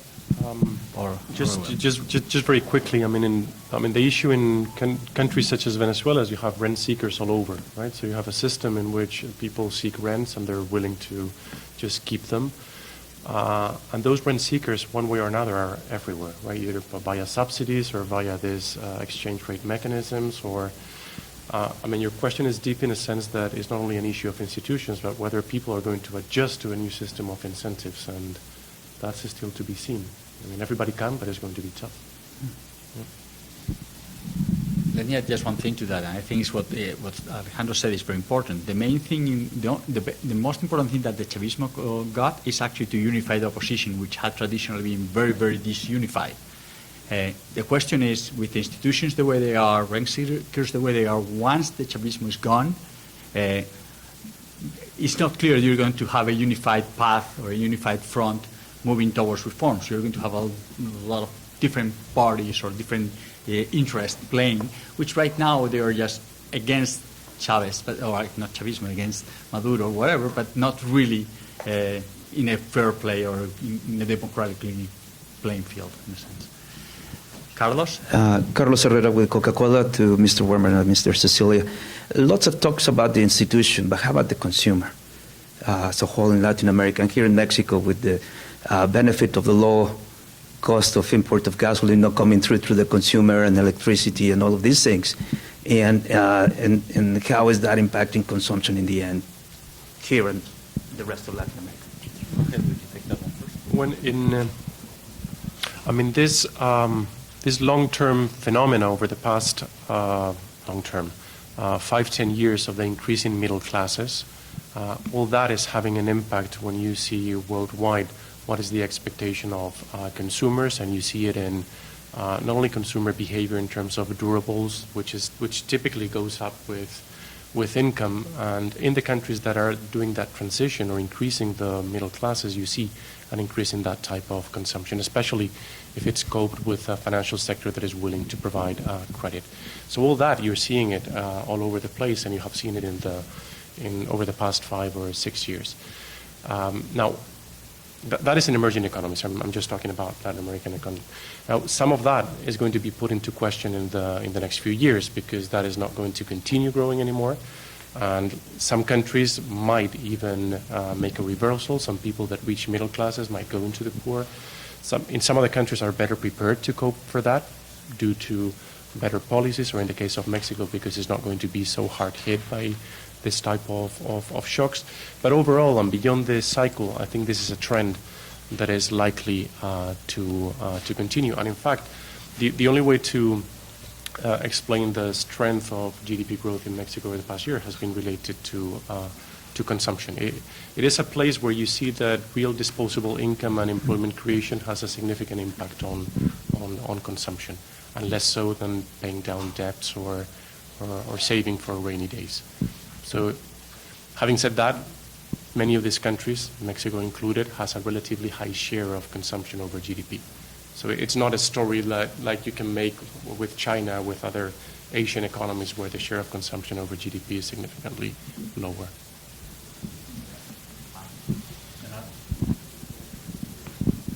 Yeah. Hi, my name is Leonardo Torre, professor of economics at Universidad de Nuevo León. My question is very simple in terms of what's going on with Pemex, going back to the fiscal position of this organism in Mexico. How much should the Mexican government worry about that? When you listen to the figures, yesterday the senator was just talking about those nasty figures that that we have about Pemex. What should we expect? Which would be the path of adjustment for that company, what the Mexican government should do?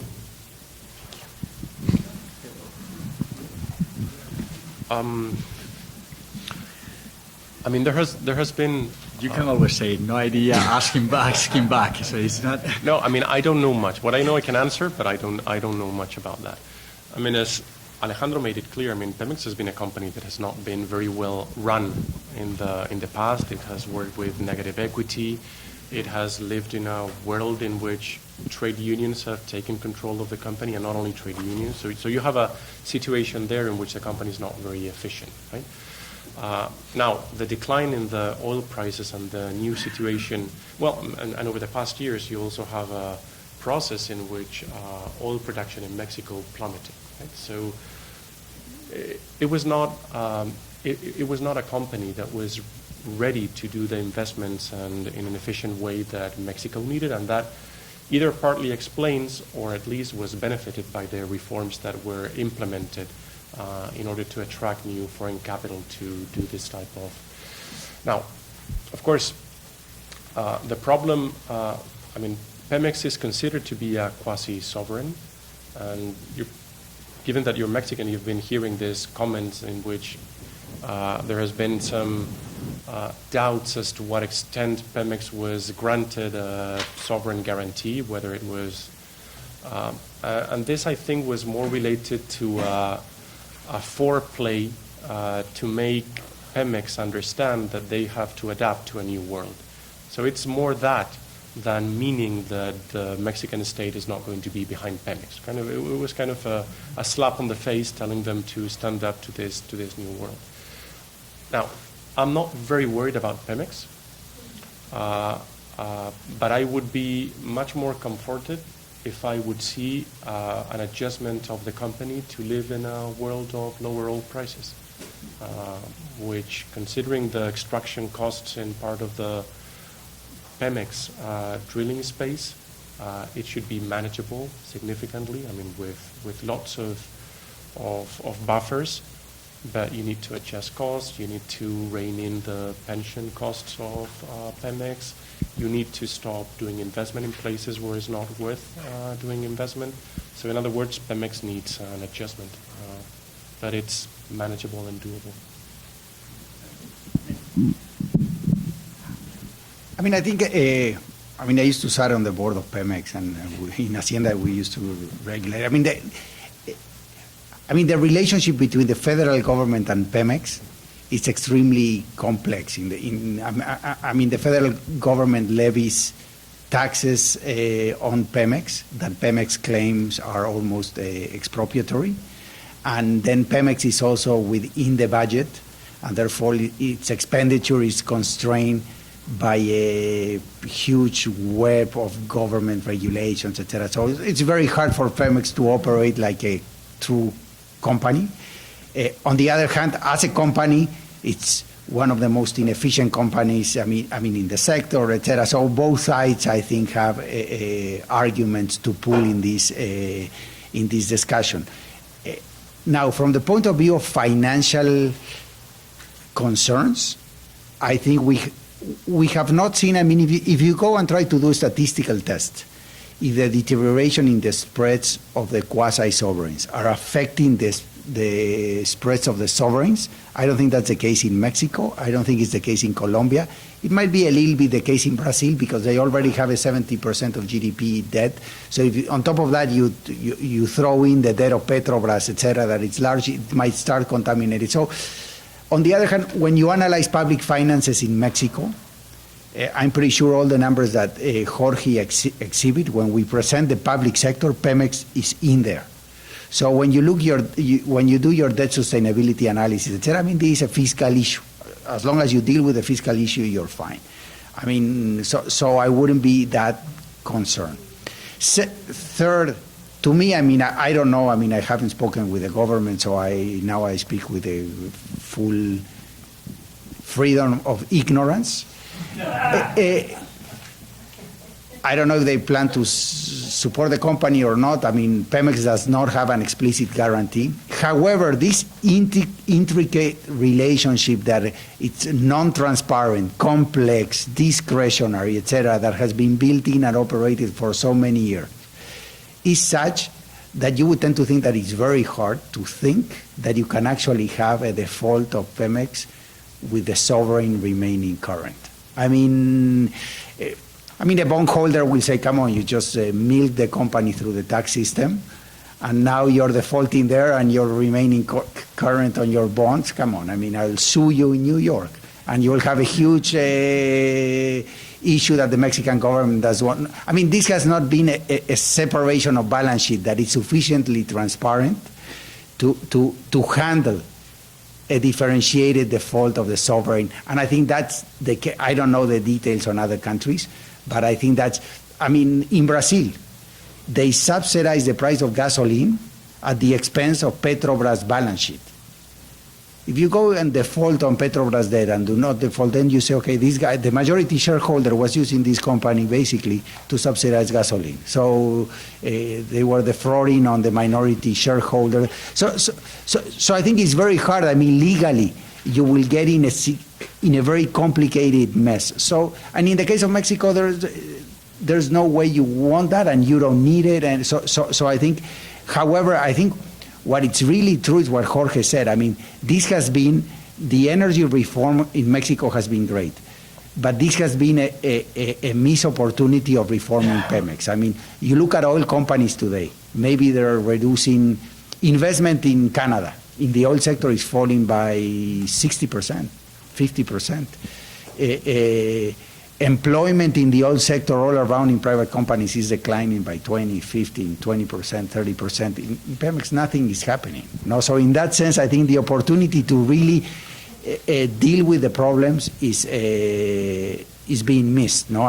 And I think what Jorge described is the Treasury trying to force Pemex to take this opportunity and to be much more aggressive in the way you need to reform a company under the new environment.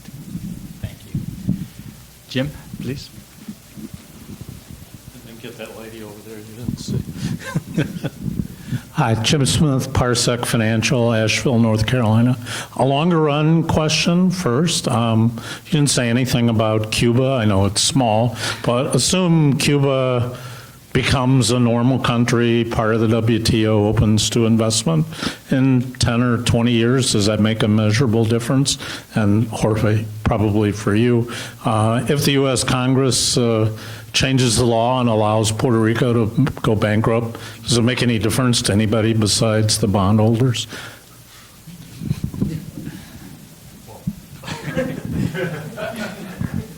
On Cuba, I mean, I think Jorge would like, his bank to buy a bank in Cuba and be the CEO of that bank. I think, I would love to do that.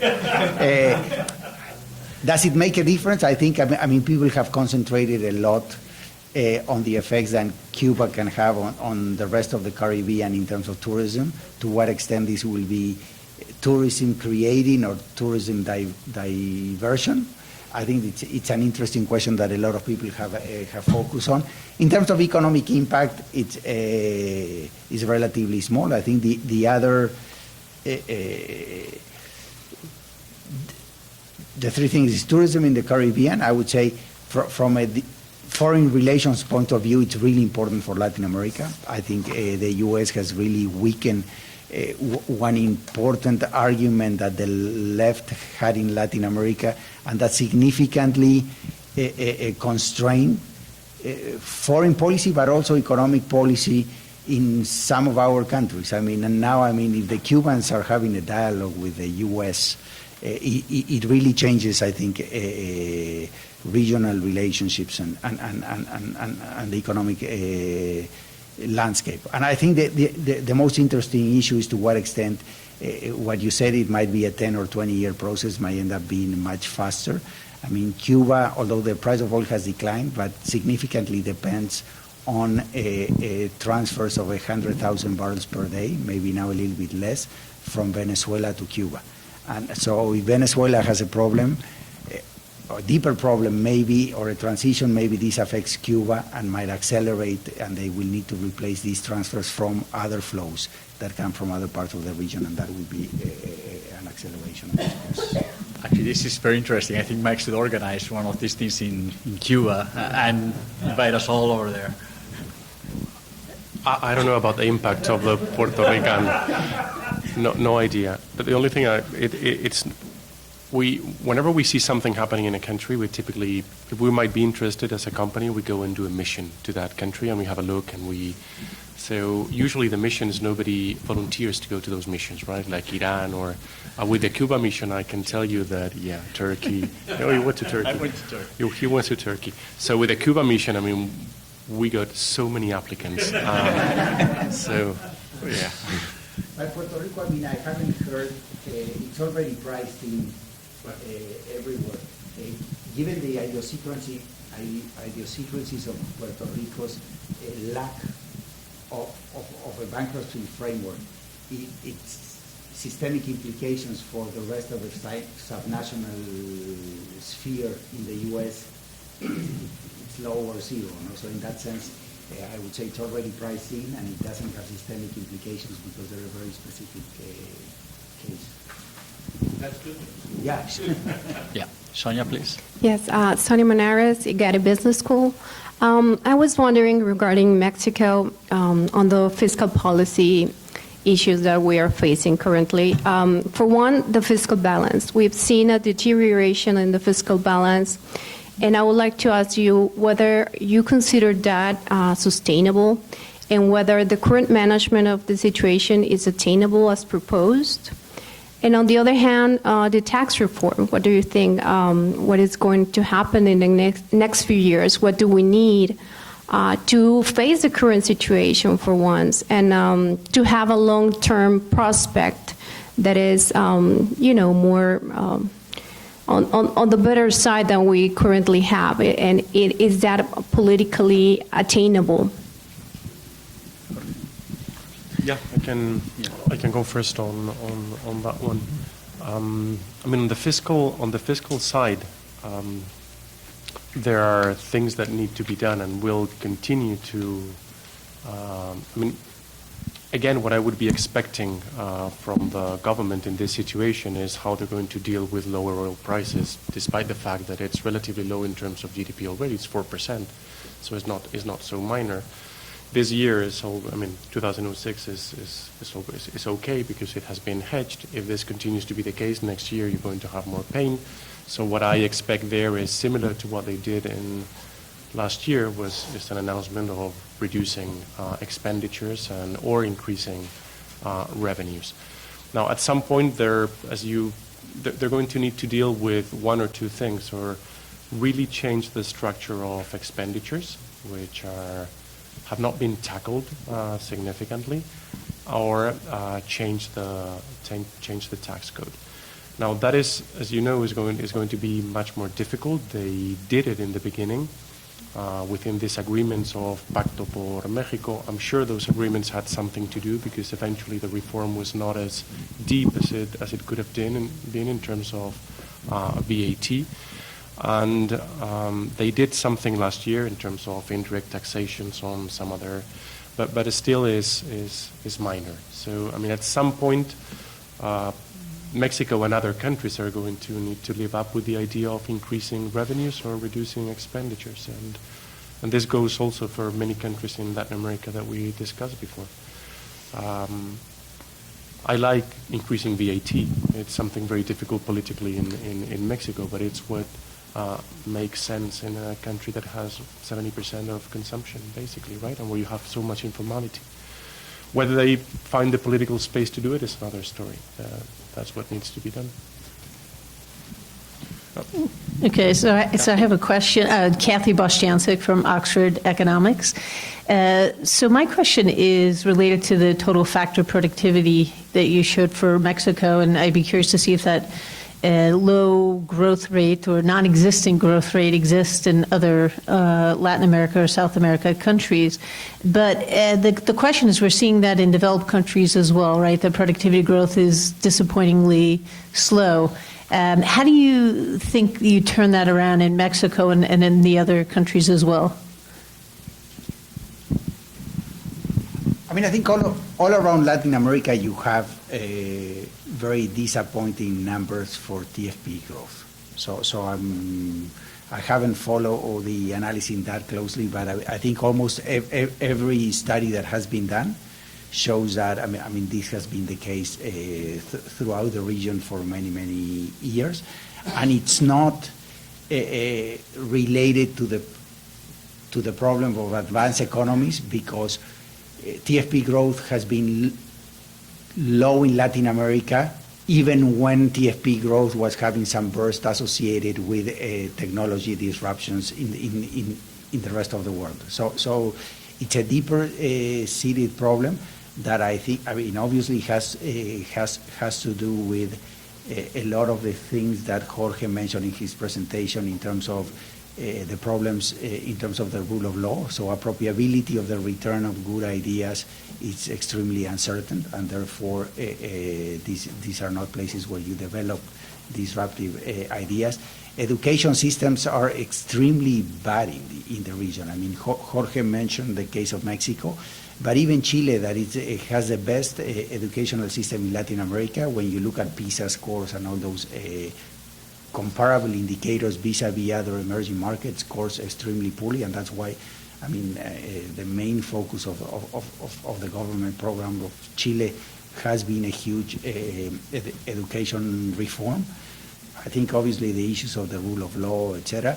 And I think in the case of Mexico, one issue, and I'm not going to talk about fiscal policy in Mexico, but I think these fiscal problems in Mexico do have a significant effect on productivity and investment. I think Mexico, and I worked in the government for many years, so I'm completely guilty of this. I mean, we have delivered relatively sound fiscal policy year after year, and we have complied with our targets, etc.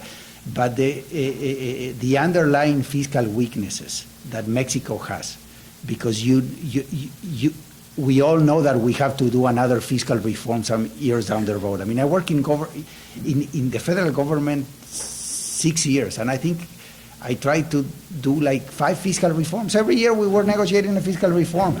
That generates a lot of uncertainty to the business sector, because you don't know if you're going to be the next guy that's going to get taxed. Because given that also we cannot do the right fiscal reform, I mean, if you're distracted, then we tax you. I mean, if you're not in the Senate the day that we're discussing it, you get hit with an increase in your rate.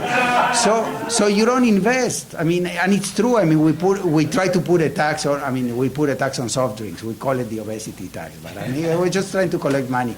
Then we put a tax on telecommunications. We tried one day. When we fudge with consolidation, so the firms that were using that freedom got hit again. So it really becomes, on the financial sector, so it becomes an extremely uncertain environment for after-tax return rates. And I think that has been a problem. And the last issue that I would like BBVA research to do is to compare this heterogeneous rate of growth in Mexico in different regions in other countries. I mean, in Mexico, there has been a lot of talk of this. There are 2 Mexicos. I'm pretty sure there are 2 Brasils, there are 2 Perus, there are 2, I mean, not all Peru is Lima. So in a sense, but maybe in Mexico is much worse, but I don't know if that's the case, or the heterogeneity of economic developments, if it's much larger in Mexico than in other emerging markets. But that might be a case that also explains this lack of productivity. More developed economies. Yeah. Just one data on total factor productivity I was looking at.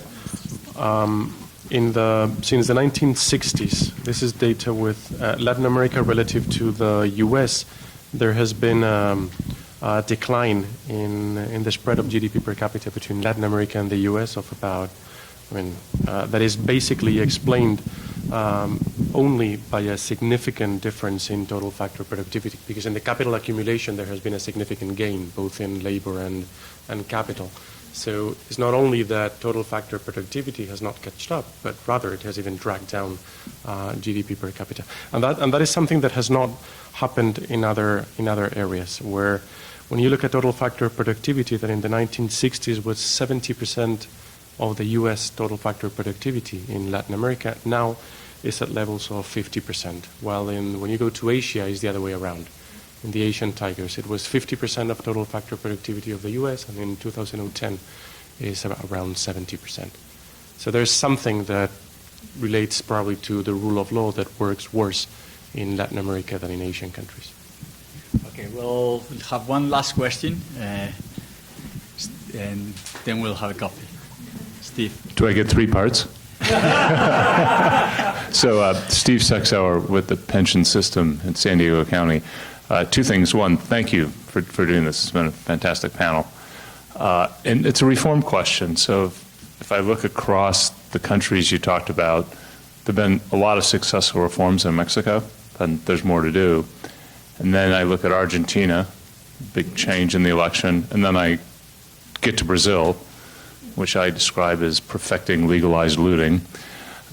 Just how should, from the outside, especially investors, how do we think about the potential for a decades-long, I think Jorge's chart started in 1986, sequence of changes that kind of go one direction versus, 2 steps forward, 2 steps back, big steps? I think you can look at the case of Mexico. I mean, obviously, if you look at the Pacific Alliance, I think that might be a good division of countries. I mean, you have seen a set of countries that had followed a one-directional set of policies. I think if you look at the direction of policies, I mean, they have almost all of them have been pro-market. They have placed a significant concern on stability, predictability, moving ahead in the rule of law, etc., but doing it in environments that are subject to significant political constraints and social challenges. I mean, at the end of the day, the Mexican economy, I was thinking about this issue. I mean, I was last night, I landed in Mexico City, and while you drive through Mexico City, you see, I mean, you know how a nice city should look like. But how do you get from what you see when you land in the airport and you drive to your hotel to the nice city that you want? It's complex, I mean, because there's a lot of people with acquired rights, etc. So you cannot just transform that thing, and that's why we end up building things that connect things a little bit by little. But the thrust of the fiber of the Mexican society is there, and it's not that simple to break. And you're building on top of that, and that's why in more modern democracies, it has become extremely hard and a slow process to move ahead in these things. And I think societies such as Mexico, Peru, Colombia have built a consensus around this model and are transiting in that unidimensional direction without going one period. And I think they're in the right track, but it's going to be super slow. I mean, we all praise these reforms in Mexico, but oil in Mexico is 5% of GDP, I guess. So if this reform generates a huge impact on oil production in 20 years, it will add, I mean, 20 basis points per year, 15 basis points. That's good. I mean, the Mexican economy is very large, but it won't transform Mexico. I mean, NAFTA is a much larger reform than the oil reform. It didn't transform Mexico. The counterfactual might have been even worse, but it didn't make Mexico an Asian target.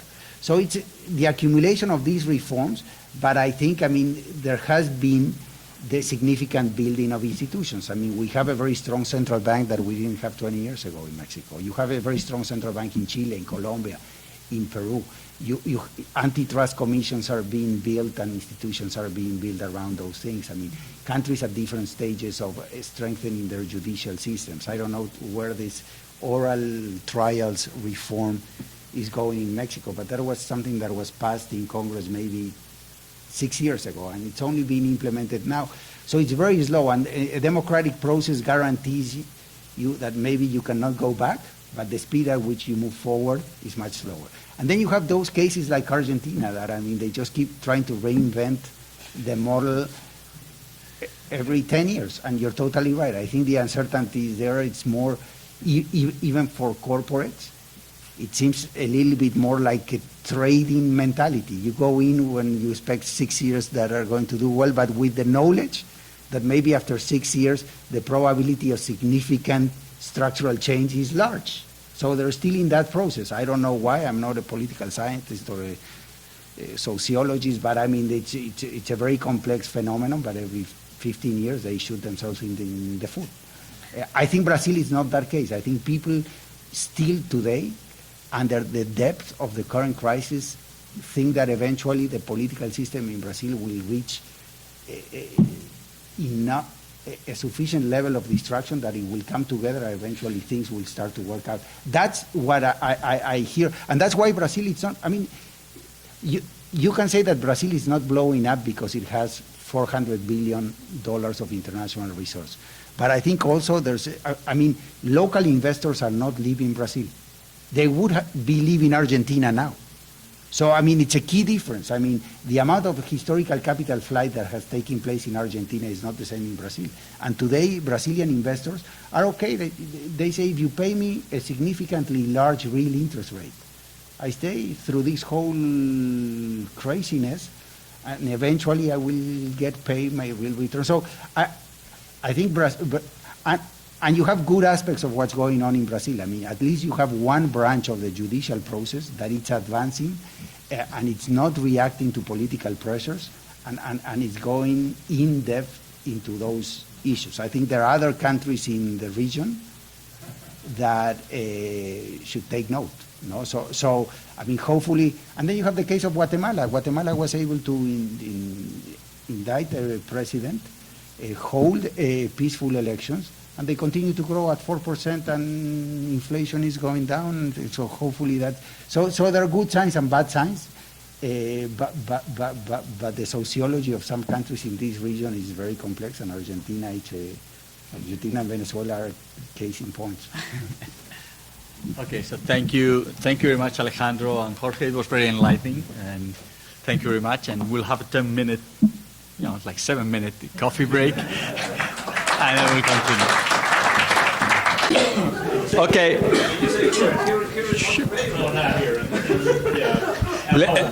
Jim, excusez-moi. Now we're going to continue with the discussion. First, we're going to have Mine Giselle, who is the Senior Vice President and Director of Research of the Dallas Fed, and going to give us an outlook on oil, which has been a few headaches in these few weeks in the beginning of the year. And then we'll move to the other headache, which is China with Mike Drury. Mine has been at the bank for how long? Forever. 27 years. 27 years. So she knows it well, and her specialty is actually energy and so on. So please, Mine. All right. Thank you, Manuel. So I have been speaking for more than 20 years, but I still have to have notes. So that's why I'm behind this table, because I can't handle 3 things with 2 hands. Okay, so we find ourselves in this really low oil price environment, which is obviously good for energy-using countries like the U.S., or from what we heard before, is it really? Have we seen it? But also has been hurting states like Texas, where I'm from, and maybe Mexico, who I thought was an oil exporter until this afternoon, when I hear that actually it's a net importer now. But anyway, so what I'm going to do is, first of all, I thought this little cover from The Economist was very pertinent. So what I'm going to do is I'm going to talk to you about how we ended up with these low oil prices, and then what they mean for the U.S. or have meant for the U.S. and what we expect going forward. And so I'm going to show you a couple of things that you've probably seen 10,000 times, but just bear with me. So here's the oil price. You remember it's been around 95 for about 3-4 years, and then it started plunging November 2014, came down to about 45, and then, let's see if I can make this work. Let's see. Right here. Okay, so then here, mid-2015, it went up to about $60. Everybody got really happy. Well, and then, of course, came back down to 45. And then when we were thinking, okay, it can't go any further, well, it went down to the 20s, which you don't see here. This was last week's average, $31.35. So this more than 70% decline in oil prices, of course, as you know, is weak demand and ample supply. So now let me show you another oil price. This is the real oil price, which is adjusted for inflation, and it's in today's dollars. So this is refiners' acquisition costs, because the WTI doesn't go back all the way to the 70s. But what you see here, so this is, again, the refiners' acquisition cost is a little bit lagged. But just remember, oil prices are now at 30. They went down to about 28. If you look at where we were in the 1980s, the 86 decline where Texas went into recession, Mexico went into a small recession, here we are. That price was about $24 in today's dollars. And then we had another big decline. Here's the Asian crisis. That was actually $14 in today's dollars. But I think today is more similar to the 1980s, because this is a supply shock. So what you're seeing, so we have some weak demand, but it's still a supply shock. In the 80s, you had the Saudis flooding the market with oil, and now we have the Saudis not cutting or deciding not to cut production. So I think that's what you should sort of think about this as like the 80s. Okay. So here we are. And of course, one thing to keep in mind is that the U.S. has been a major factor in this supply glut, and I'll show you that. So here you see the supply-demand mismatch. This is starting in 2012. What you see is supply and demand global. So the red is supply and the blue is demand. And then those green bars are inventories. So you can see that since 2014, beginning of 2014, that supply-demand mismatch, you can see it over here, and the bigger it went, the larger were these inventories. And so U.S. inventories, for example, right now are an 80-year high for this time of year. So what the market expects, this is from the U.S. Department of Energy, what they expect is that demand-supply mismatch is going to narrow this year, but it's not going to go away. And then the expectation is that in 2017, we're going to be maybe balanced. But again, you know how these forecasts go. So where is that supply coming from? So this is from January of 2014 to October of 2015, which is where the latest U.S. data were, although I think we got the November data now for the monthly. So the U.S. has added about 1.32 million barrels per day since the beginning of 2014. And then you have Iraq adding about 1 million, and you have Saudi Arabia adding about 500,000. So those three entities basically have been the major culprits behind the supply growth in between 2014 and 2016. There's a little bit of other OPEC, but so if you think about Saudi Arabia, let's look at Iraq first. Iraq was producing in October 4.2 million barrels per day. That's a lot of oil. And in fact, if you look at the estimates for December, they're up to 4.4. So they've been increasing their output. If you look at the Saudis have been producing more than 10 million barrels per day for the last 10 months. In the summer of last year, they were at 10.5 million barrels per day, and now they're around 10.2 or something. So they're producing all out. So this is what happened. This is sort of a good explanation of what happened down to 45. How did we get to the 20s? Why did we get to the 20s? And I'll give you what I think why we got the 20s. First of all, Iran comes into the market. So Iran was expected to come into the market, but nobody thought they were going to come in this fast. They were thinking, well, maybe first quarter, maybe second quarter, but the sanctions were lifted in January 18, and Iran is coming into the market much faster than what people thought. Now, Iran is producing about 2.9 million barrels per day, or it was in December. Apparently, their sustainable capacity is about 3.6 million barrels per day.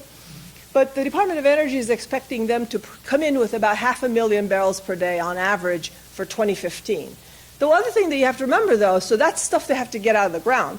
But they also have about 30 to 50 million barrels of floating storage that actually they could sort of dump, if they find the buyer, onto the market. So that is causing a lot of downward pressure on oil prices.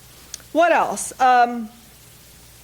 So U.S. output. So the Department of Energy just came out with their short-term energy outlook. They have this, comes out once a month. And they said, oops, we made a mistake about U.S. production. It was actually a lot higher than we thought. So they upped the production numbers for 2015.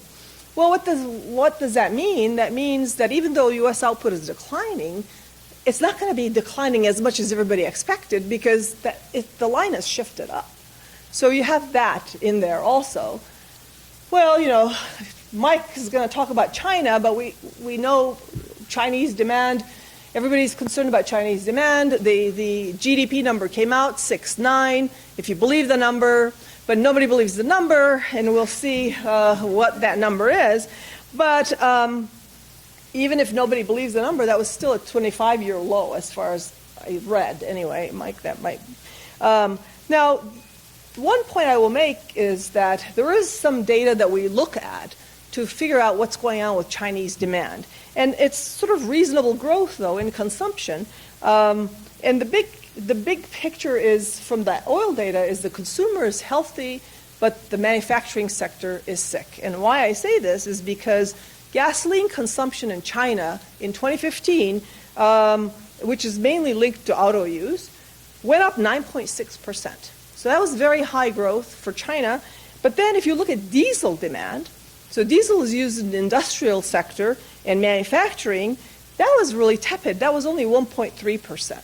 So that there's sort of a mismatch there between the industry and the consumer. Okay, what else? A couple more things. December in the U.S. was really warm. It was actually about 33% in the Northeast, where you get a lot of demand for heating oil. It was about 33% below the 10-year average, so that puts some downward pressure on prices. And then weather forecasts that came out are also adding to downside risk, because the forecast is that there's this high likelihood of warm weather in the OECD countries through the first quarter. So, here are some ideas why you may have gotten the price of oil down to the 20s. Okay, so let me talk a little bit about what this impact has been on the U.S. economy. Before I go there, I'm just going to give you an idea of what has happened, and you may have seen this already, especially the MBICers. I'm sorry, I probably showed you this 10,000 times before, but so here's U.S. oil production. This is annual, going back to the 1920s. The U.S. had maximum before now was in 1970. This is the This is the yearly average, so it's like 9.6 million barrels per day. But the U.S. actually went up to about 10 million in one of those months, a couple of months in there. So then oil production started declining, and in 2008, we were at 5 million barrels per day. With the shale boom, we have now come up, the average for 2015 is 9.4. We were at 9.6 sometime before the oil production started going down. So this is a huge increase in those years. It's about 4.5 million barrels per day increase. And that increase is more output than any country in the world, with the exception of Russia and Saudi Arabia. So that's a huge amount of oil that came in the market from U.S. shale. Where did it come from? Well, it came from shale, and you can see on that left-hand side, majority of the small producers, and you see that they sort of went up maybe by doubled their production. But really the major contributors are North Dakota and Texas. Of course, Texas went up about 3 times, and this is November data, so Texas went up to 3.7 million actually, like in April or March or something like that. And North Dakota, it's 5 times what they were in 2010. So the shale boom, there's a lot of oil coming out of these states here. Now, looking at current, where are we now? So we went back all the way to the 20s. This is current, so this is monthly data looking at the U.S., and you can see that the rig count really started collapsing in November of 2014. And it's about a 68% decline. Again, here, when we had that $60 oil price in like May, June last year, everybody thought, okay, we're out of it, fine, and no, we weren't. So here we are back now, down about 68 to 70% down. So then the U.S. crude oil production actually didn't come down as fast. We did hit the max here. I think this was March. Let me just make sure it's March, but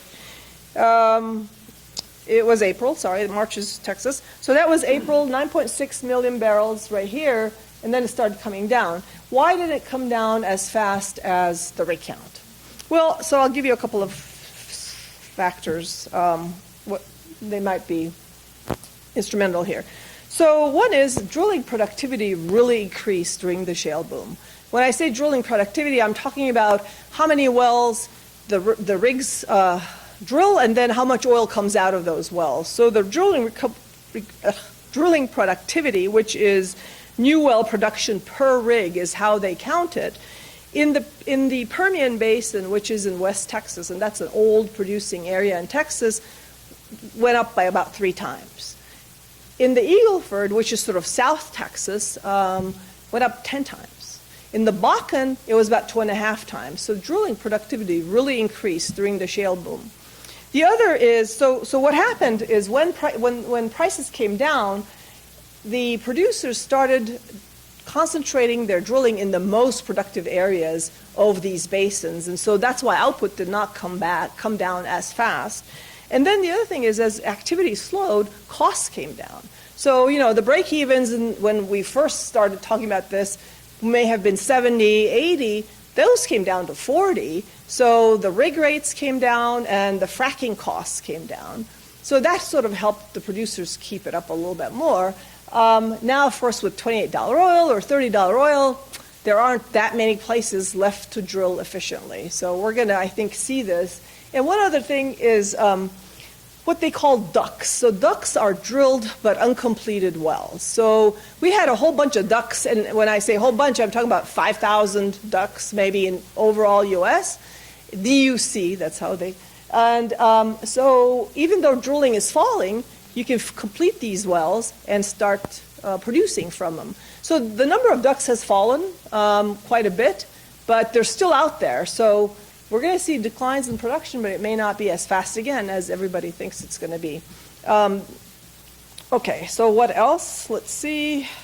Well, of course, we've seen, and I'll show you some charts, capital expenditures have really fallen in the oil sector. We see a lot of layoffs in the oil sector, and some companies are in better shape than others.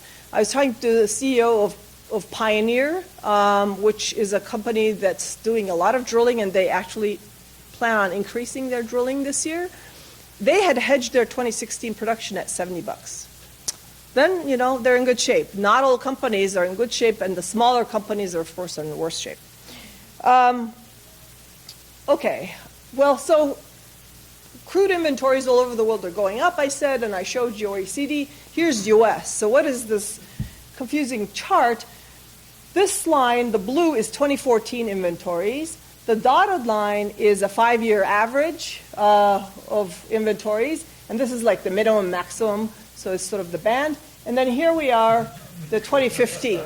And this is about 38% higher than the average, the 5-year average, and as I said, it's an 80-year high. So there are a lot of inventories. This puts downward pressure, of course, on prices also. Then we talked about investment. Here you see private fixed investment in mining and exploration. So this is the oil and gas. And after the OPEC decision, which is right here, this line, so here we are, this is fourth quarter of 2014 down to the fourth quarter of 2015. Private fixed investment in oil and gas fell by about 51%. So at the beginning of this, before the fall, private fixed investment in oil and gas was about 5% of overall fixed investment. Now it's less than 3%. It's probably close to 2.5%. So it is a lot of huge decline here. So how does this impact the overall U.S. economy? Well, I'm still pretty optimistic here, and I think the timing on some of this stuff is not quite the same. But overall, the U.S. should benefit from low oil prices, benefits from low oil prices. What happens is, of course, the low price boosts consumer disposable income. Consumers have a lot more money to spend, and they spend it on other things. Have to remember that oil is used mainly in gasoline or transportation. Most of it is, so diesel and oil, gasoline and diesel are about 65% of oil use in the U.S. So when that price comes down, you do spend it somewhere else. Now, and so if you look at PCE growth, I can't point it, but PCE growth, which is personal consumption expenditures, in the second quarter was up 3.6%. So that was very strong. And then in the third quarter, it was 3.2%. And I realized, I think in the last numbers came out, it was a little bit weaker. But this was pretty strong growth there, I think, in terms of the consumer. And then if you look at auto sales, well, of course, the consumer, they're driving more, they're using more gasoline, they're buying bigger cars and trucks, and auto sales are up about 9% year over year in the U.S. So the consumer is using some of this money up. One other point, which I'm not going to talk about Texas here, but one thing we noticed in Texas is one of the fastest growing sectors was restaurants. Added a lot of jobs to restaurants. So again, these are people spending that money somewhere, eating out, because otherwise, why are these guys hiring, right? Okay. What else? So that's the consumer, and of course it reduces the cost of energy to firms.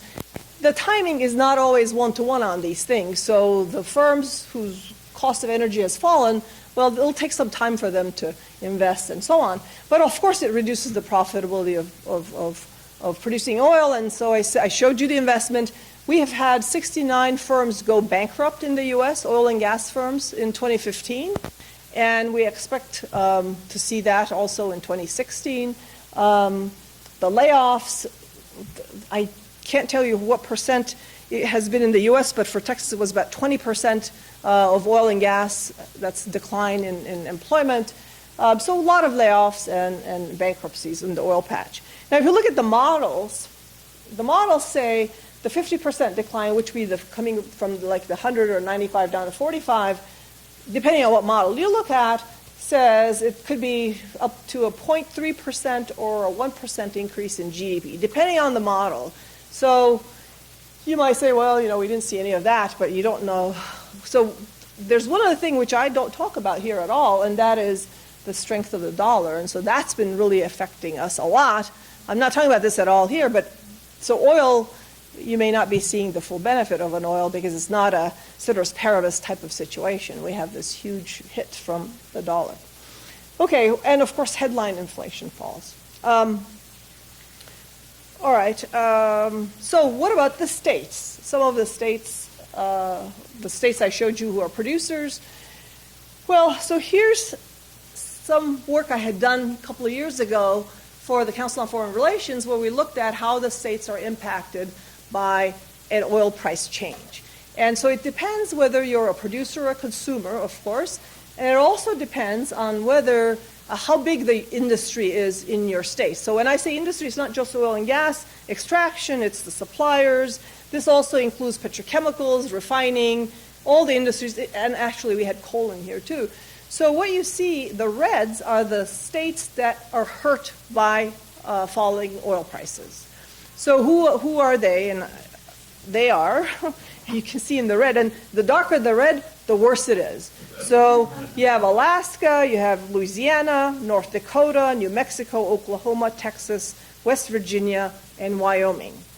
And why are they hurt by low oil prices? Because these are the states with the highest concentration of energy industries in the state. Now then the greens are the ones that are helped. And so you can see that most of these states, the rest of the country is pretty green. And what are the numbers? The numbers are, if you're looking at a 50% decline, how much does that change your employment? So for Texas, for example, that 1.2% amounted to, in 2015, about 146,000 jobs. So does that mean Texas goes into recession? Not necessarily. It just means you're going to have 146,000 less than you would have had. And just sort of put in perspective, in 2014, Texas had about 430,000 jobs. 2015, only 170,000 jobs. So it's there. Again, the dollar is affecting exports and manufacturing, so on also. So, so then here's another way of looking at this. So this is the growth in 2014, employment growth in U.S. states. And you can see that the first, the state with the fastest growth was North Dakota in 2014. And of course, since I'm from Texas, that Texas is always a different color. Texas was third. And so this is 2014. Well, things change when you get to last year. This is what happened to the energy states. So Texas was about 34th in growth, and North Dakota is in recession. All these red guys are in recession. And if you look at what these states are, these are the ones that were actually in red. So North Dakota, Wyoming, West Virginia, Louisiana, Oklahoma, Alaska. And maybe it's Illinois, but that's not oil. That's like just bad fiscal policy. That's the government, right? Sorry, Chicago. All right. There you go. That's right. So then, looking at the rig counts in some of these producing states, they're still falling. I have no idea why Oklahoma moved up like that, but they are still falling. And the declines here in the states, so the lowest is Louisiana, about 55%, and I think it's North Dakota, about 76%, and the rest are somewhere in between. And another thing to look at is initial jobless claims. So initial jobless claims are for the oil industry. This is not just the oil industry. This is the whole state. This is when people get laid off, they claim unemployment. And so these are the number of people, or the initial claims for unemployment. And you can see that as the oil price started coming down, these initial claims really went up in these states, and that's the oil field going down the tubes, basically. And so here's North Dakota. They've really come back up again very recently. The rest of them, they had gone up, they came down. We'll see what happens. I think this year we're going to see some more layoffs, actually, in the energy industry, especially if we stay around $30. Okay, so one other point to make here is that some of these states that are producers and are in recession are really getting hit because they rely heavily on oil and gas for their severance tax, for their taxes. So a state like Alaska, oil and gas severance taxes are about 72% of their whole revenue base, tax base. So that's huge. And then North Dakota is about 54%. Texas, it's pretty diversified, 11%. So, and if you sort of a perspective on what those numbers look like, Texas in 2014, severance taxes from oil and gas were $5.8 billion. So that's a lot of money that goes into the rainy day fund, which gets used for all kinds of stuff which should not be, but it happens. Okay, so where do we go from here? Well, again, I'm going to rely on the Department of Energy. I also showed you that in 2016 that balance, the mismatch is getting a little bit narrower. And so the Department of Energy thinks that world consumption is going to grow about 1.42% this year. And world production is not going to grow by that much, about 0.22%. So where is that coming from? Well, it's not crude.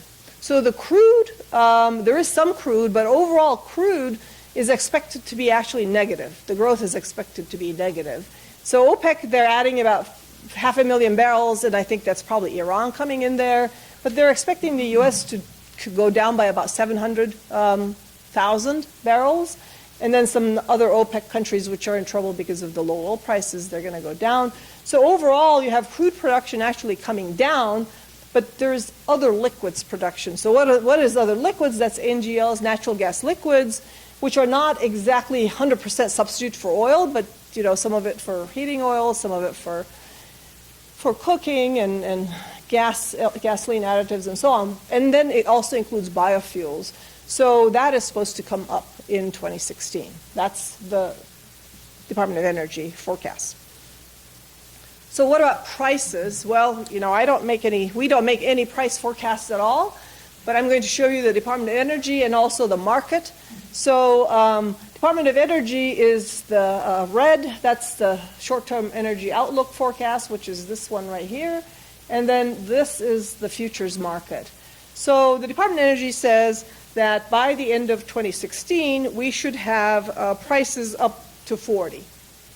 And then the market thinks it's going to be a little bit higher, about 43. So don't look at this. I think by the time you get out here, nobody knows what's going on. We're looking at 16 right here. And so 43 versus 40, that's the market and the Department of Energy. So those dotted lines, though, are the 95% confidence bands. So what those bands tell you is that the price is going to be between 22 and 81 with 95% probability. So it's like huge. It's huge. It's great to be here. Right. I can say this with a straight face, right?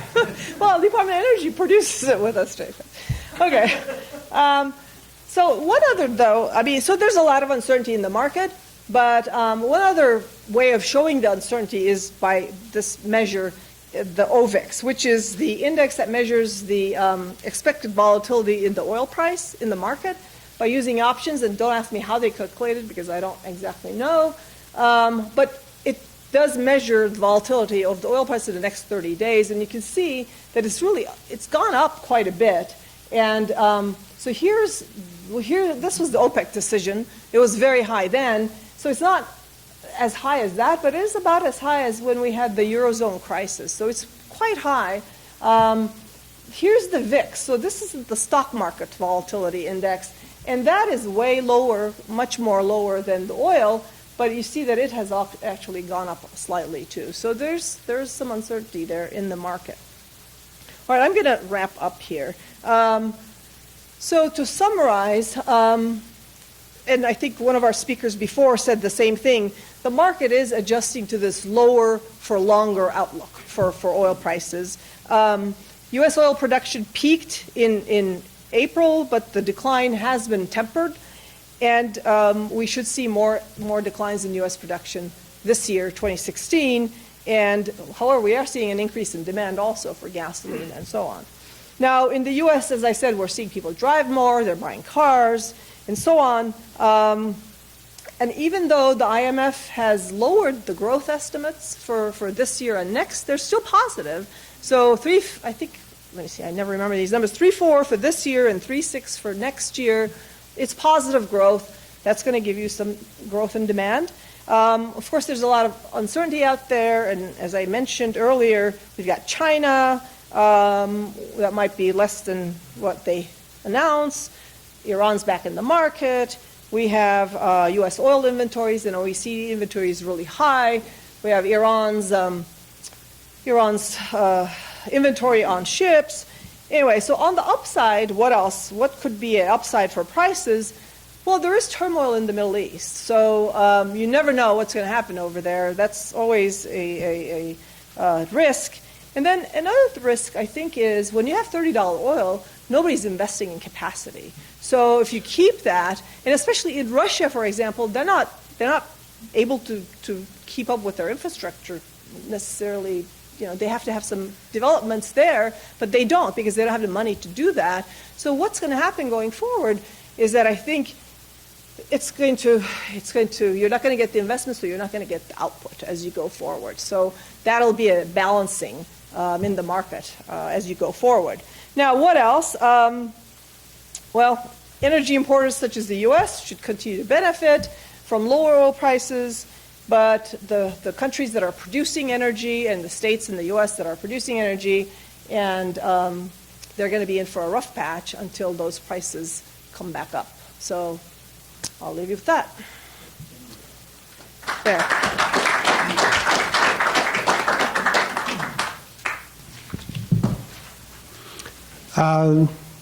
I'm the fill-in relief pitcher. So I'm going to give a presentation that I gave just a couple days ago in Fayetteville for a small audience of 1,000 people. There are 1,000 people in the room. There's only 500,000 people in Northwest Arkansas. I mean, I've never seen such a thing in my life. Marianne Greenwood is a unbelievable promoter and organizer. So this was a global outlook. I'll skip over some parts fairly quickly, but I mean, it's the way I look at the world. And since it's the way I look at the world, it's the right way to look at the world. And, but it's what I've developed over the years of travel. First thing is just, you know, what is my general outlook? Well, 2 years ago, I was the most pessimistic person on the planet about China. And I said in the middle of 2014 it was growing 3%. And then last year I became more optimistic and I was too early. And I would say now China is growing 5%. Don Strassheim just came out with a piece saying 5.4. As Bill Strauss pointed out, that's just for comedy. I mean, 4 to 6, you know, I mean, you know, it's all the same. Who knows? You know, how do I get there? I don't forecast much anymore. I'm just trying to focus on what is, because if I can get is right, then I've got a chance of figuring out where we're going from there. And with China, it's really hard to figure out is half the time. So that's really what I'm focused on. The main reason I'm optimistic going forward is that 2015 was a global recession.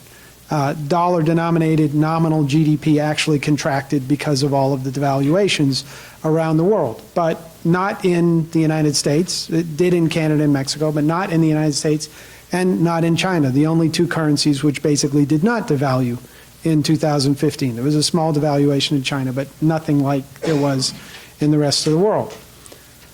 I used to travel around the United States when I first started, when I was with Gary Schilling, and I went to different places to figure out where the next recession was coming from, because that was our job, was to call recessions. And I learned over time, that basically, you could think of the East Coast and the West Coast, New York, Boston, San Francisco, as the suburbs. That's where, it was the doctors, the lawyers, the business leaders lived, and you didn't have recessions in terms of unemployment as much as you did financial instability. And then you had the Rust Belt, which was the old technology, and then the Sun Belt was Phoenix and Atlanta, which was where all the growth was. Well, I don't do that anymore, because if you drop me in any major mall in the United States, I wouldn't be able to tell you where I was until I found the hat store, and it told me which teams were playing in that town. And I can tell you right now, no matter what city you drop me in, the largest employer is either Walmart, the university, or the medical system. And it's no identifiable business. So now I travel around the world a lot. That's why I like being chairman of GIC, is because I do a lot of this. And now I think of the United States as the suburbs. I think of the Rust Belt as Europe and Japan. And I think of the Sun Belt as China. And it's the same model that I've been using for 30 years. I just blew it up to a national scale, international scale. And the reason I did that really is I don't believe that there's a U.S. economy anymore. I think that multinational corporations like Mr. Herrera's here basically choose where they're going to operate, where they're going to pay taxes, where they're going to have their headquarters, completely independent of where they sell their goods. And when you're in that environment, you have to think globally in terms of where the money's going to flow.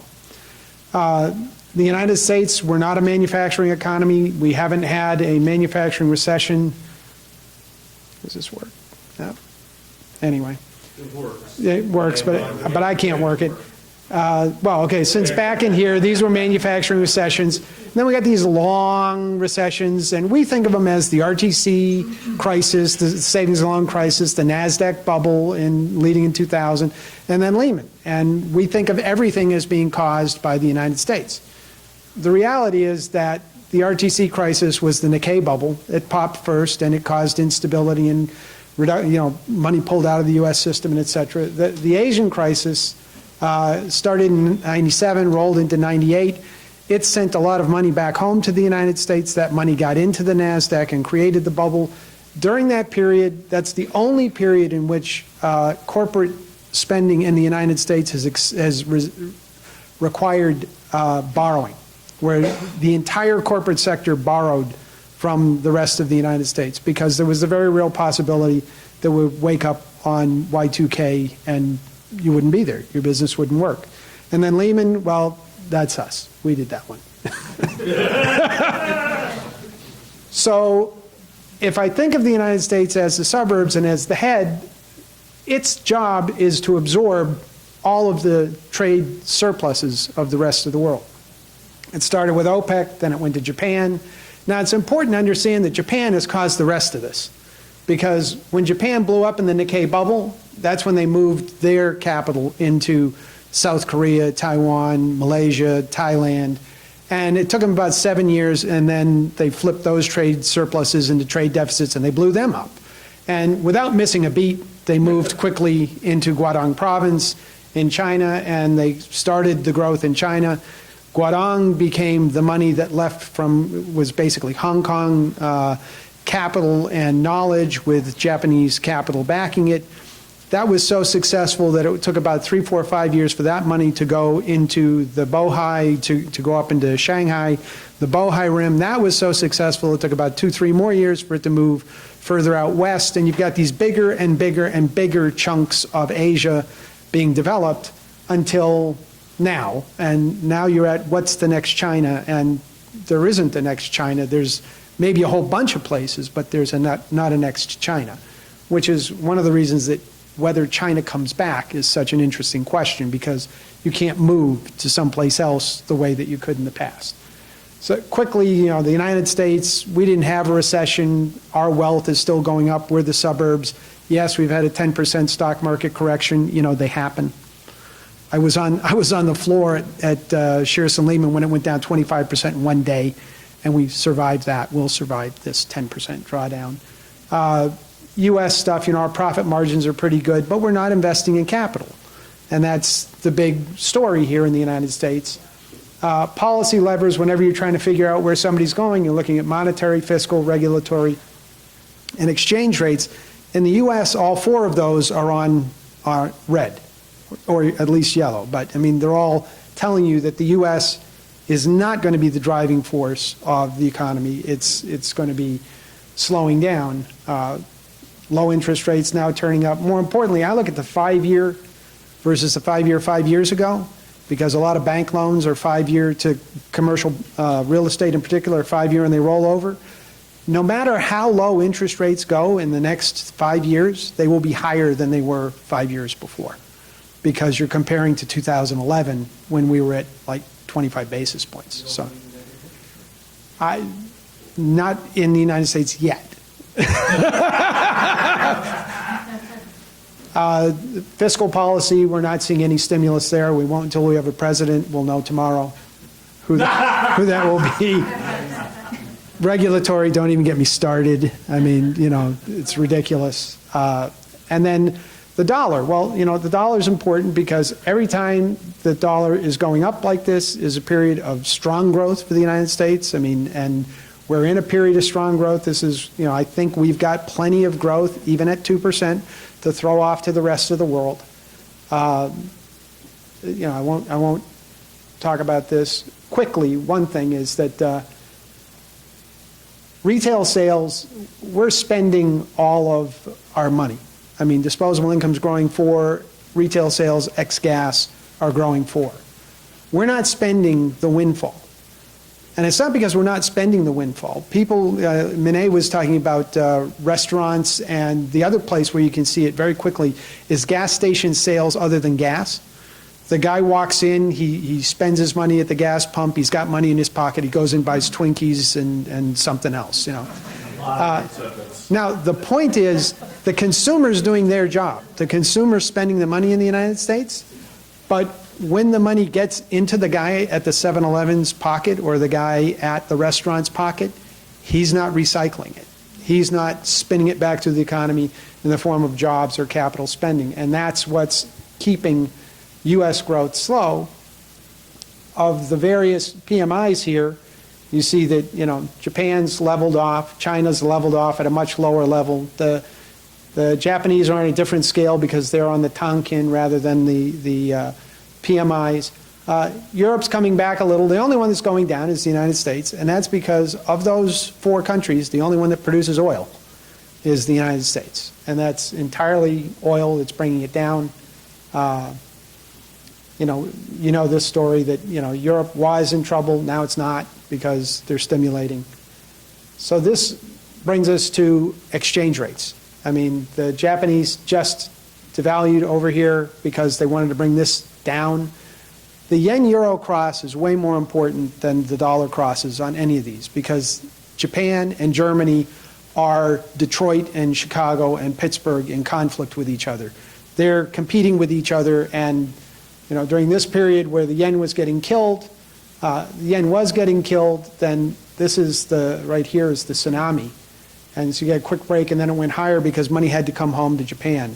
And this is when the Germans started thinking they were really smart, because everything was going great, but that's because they were gaining market share on the Japanese, and then, boom, the Japanese moved to take market share back. And they want to come back down in here, at least they'd like to get back down here. So exchange rates are more and more of the policy moves. These are nominal interest rates. We're closing the gap. The U.S. is giving some growth to the Rust Belt. And so the question is, when you see the suburbs slowing down, that's typical late cycle stuff. When you see the Rust Belt doing better, that's typical late cycle stuff. And you're asking yourself, well, where is China? So what most people look at, or a lot of people in New York, I was just stuck up there for 2 extra days by the snowstorm. I was up there for a week. It's really painful after about 3 days. Here, I mean, they have this group think that just, everything is everything in New York, and seriously, it gets, for somebody who lives out and views from afar, it gets painful after a few days.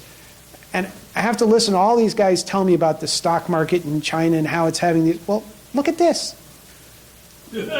Nobody cared about this. Nobody cared at all about this. And, so now, that's not even where the number is now. The number's down about there right now. So you're already back down to a low level. Where is it going to go? I have no idea, and I don't think it matters. I don't think it matters to anybody in China, except the government who owns the stock market now. But they've got money, and people say, "Oh, $3.5 trillion in foreign reserves." Foreign reserves don't matter when your Chinese stock market's in yuan. You can print all the yuan you want. You're the government. So they're not going to use Forex to fix this problem. They'll use it to fix their currency problem, their devaluation problem, but they're not going to use it to fix this problem. This problem is going to get fixed real easy. They're going to go take money away from some people and give it to other people, which is what they're doing. There is a war at the top of China right now. I mean, of massive proportions. This is the number that matters. This is the most important number in China. This is a controlled rate. It was fixed for a long time at 8.6. Then in 2005, the government decided that they were strong enough to let it go up until Lehman, and then they went flat. Then they let it rise again, and this is your measure of the Chinese disconsternation with their own situation. Now, is that going to come back down into here, which is a lot of people think this would be about 6.8? Maybe, but most people that I talk to in China think that the currency is just going to float against a basket now, and that will be weaker, 3 to 5% in the year. I was talking with Catherine Mann, the chief economist of the OECD, a member of GIC and NBEC, who doesn't get to talk to us very much anymore because she's in Paris. And she was saying that last year they had 65 forecasts on Chinese GDP and Chinese currency. This year they have 35. And that's because if you won't say a number that's smaller than a 5% depreciation or higher than 6% growth, then you won't say anything, because all those companies have to do business in China, and the Chinese frown, increasingly frowny, on whether you say something bad about their currency or not. So this rise right here is what caused the commodity bubble.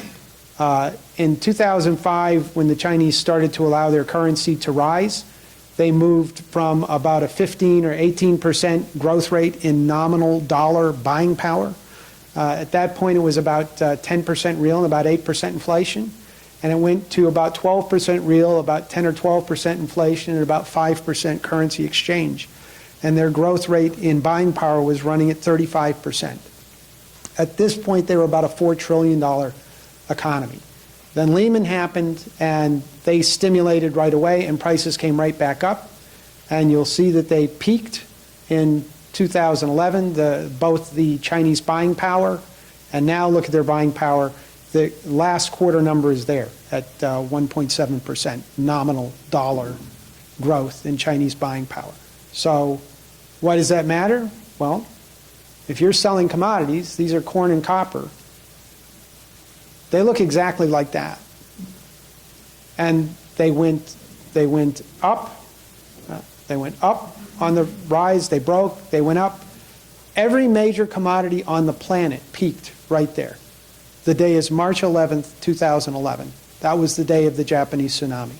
That was the day that supply chains across Asia broke deeply enough and for long enough that the supply that had been called out by these kind of price increases finally caught up to demand, and every commodity has been doing that since 2011, with one exception: oil.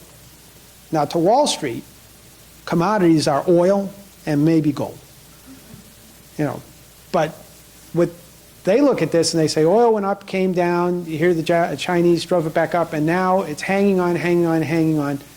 And the difference between that chart and this chart is that the same tsunami that knocked out supply chains here knocked out the nukes in Japan and created 2 million barrels of oil in demand. And it took 4 years of fracking to produce 4 million barrels to catch up to the million a barrel oil a day growth rate and the 2 million barrel deficit that you are now in. And surprise, surprise, as soon as you got there, boom. In November of 2014, all of this global recession was caused by the Chinese. It started with their corruption campaign in early 2014. Is that it? No, hang on. I'll get back to that. Anyway, this drop, in November 2014, the Chinese called up Saudi Arabia and said, we're not taking any more oil today. We're taking less, we're not taking any. And it sent shockwaves through the Saudis, and that's when it started. Now, I've had conversations with people in paper, in pulp, in corn, in soybeans. This has happened in a number of industries where the Chinese, because they control the entire market, they just call you up and say, I'm not taking any today, zero. And it's your problem where prices go, and then they come back in and, So that was a big reason that the Saudis did what they did and are now in the position they're in. So where is China? Well, the Chinese say that they're growing 7%, 7.5%, so growing 7%, 6.9 last year. Nobody believes that number, right? We all know that. Nobody believes that number. Well, this is their inflation rate, which is currently, about negative 1%.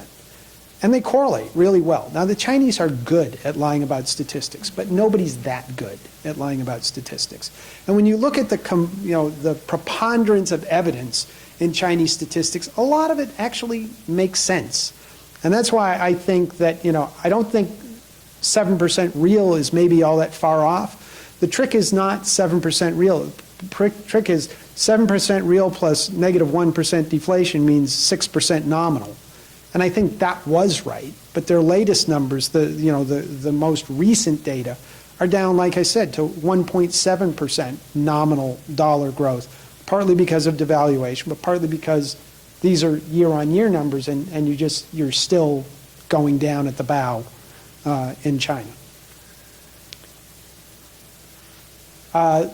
Part of the reason that the numbers are a lot different than people think is that if you look at nominal dollar, these are all in nominal because I don't trust any other numbers in China.